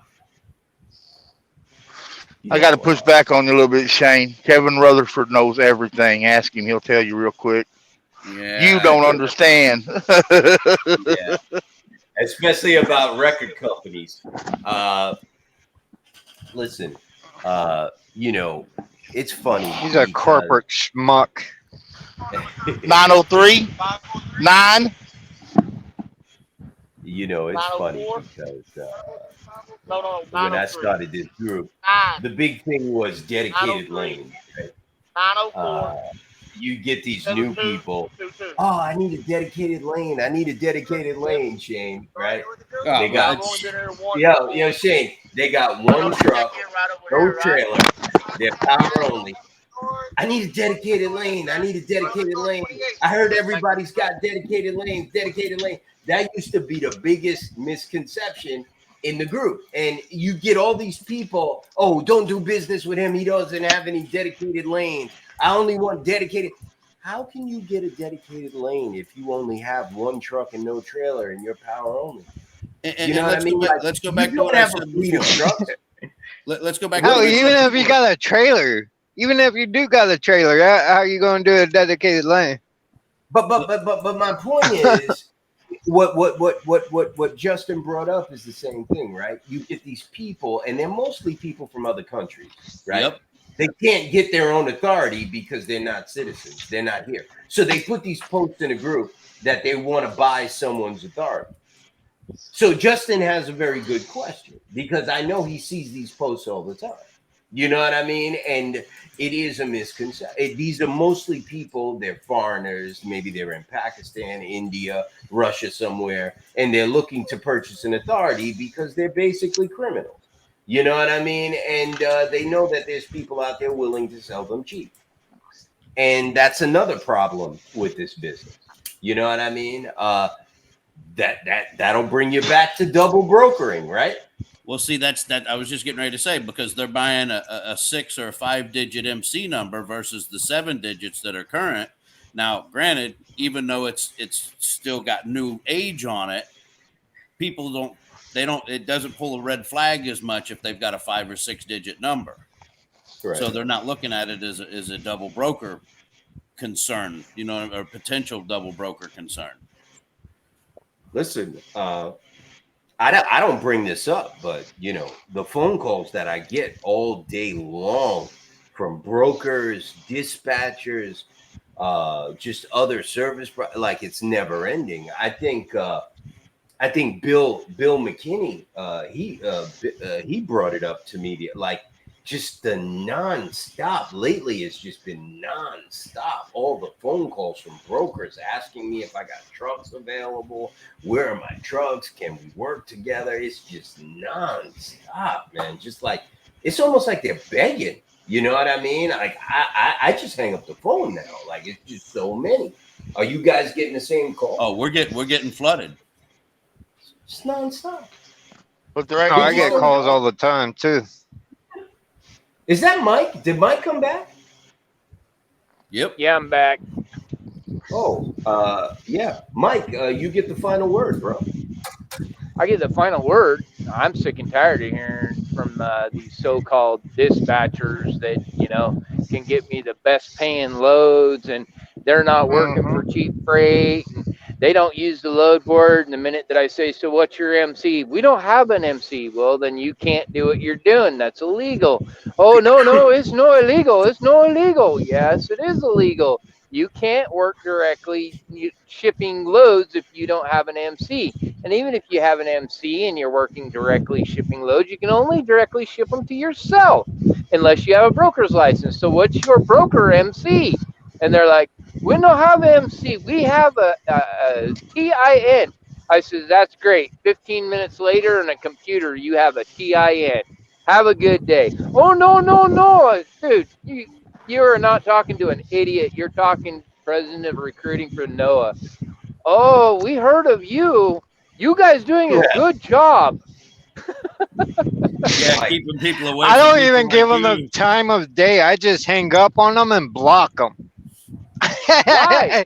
Why? You got to get that message out there. Either they're going to stop hauling those cheap loads and running their customers out of business, or they're going to be out of business. Because they don't listen. That's why. You'd be surprised. A lot of them are listening. There's a couple that actually.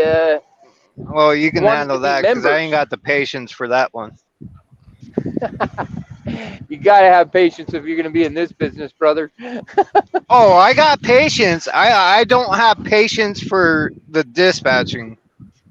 These dispatchers that call me. No, I hear you. I want to thank everybody for being here. We had another good show tonight. We coming up on 3 hours and 30 minutes. Please, everyone, if you have not had a chance to check out the NOAA branded fuel card, that is our newest product that we released last week. You can check it out online at www.tnooa.com. We still got some more products that we're going to be releasing over the next couple of weeks, some new products for truckers. So if you're not a member of the National Owner Operators Association, now's a good time to sign up. And we'd love to have you. Let's see here. We have some other comments. Okay. Got one. Drive safe, have better days tomorrow. Thank you. Absolutely. Look, I want to thank everybody for being here. I want to thank everybody out there watching us on Twitter and YouTube and in both of the Facebook groups. Thank you. We're going to be back here, probably not tomorrow. We'll be back here on Friday with a new show and more content, more news. Shane, thank you. Mr. Anderson, thank you very much. The Texas Trucker. If you're on Twitter, befriend Mr. Texas Trucker on Twitter. He goes by the Twitter handle Texas Trucker. Texas Trucker at large. It's at Anderson J2273. At Anderson J2273 on Twitter. Mr. Michael Johnson, ATD. He handles the recruiting for the association, as well as a bunch of other things. I notice a lot of people don't know that we have a group on WhatsApp. Michael is the moderator for the group on WhatsApp, so if you want to check that out, check that out. Yes, Justin, good night, y'all. Make sure he throws that smiley face with the cowboy hat on there. Keep the rubber side down and the shiny side up. Absolutely. 100.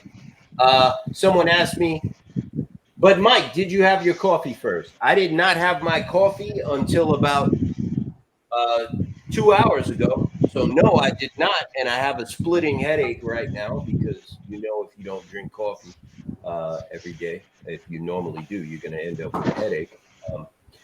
Caffeine headache. Absolutely. Yeah. Yes. Ed McMahon.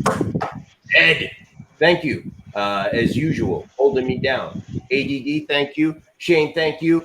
Jamie already bounced. Thank you, everyone, for being here. Tune in on Friday. If we get a chance, we'll do a show tomorrow, but that's up in the air. Tune in on Friday. We will be here with new content. Thank you, everyone, for being here. Have a great evening and Well, a have a great good one. rest. Good night, Mike. You too, Mike. All right. See you guys on Friday.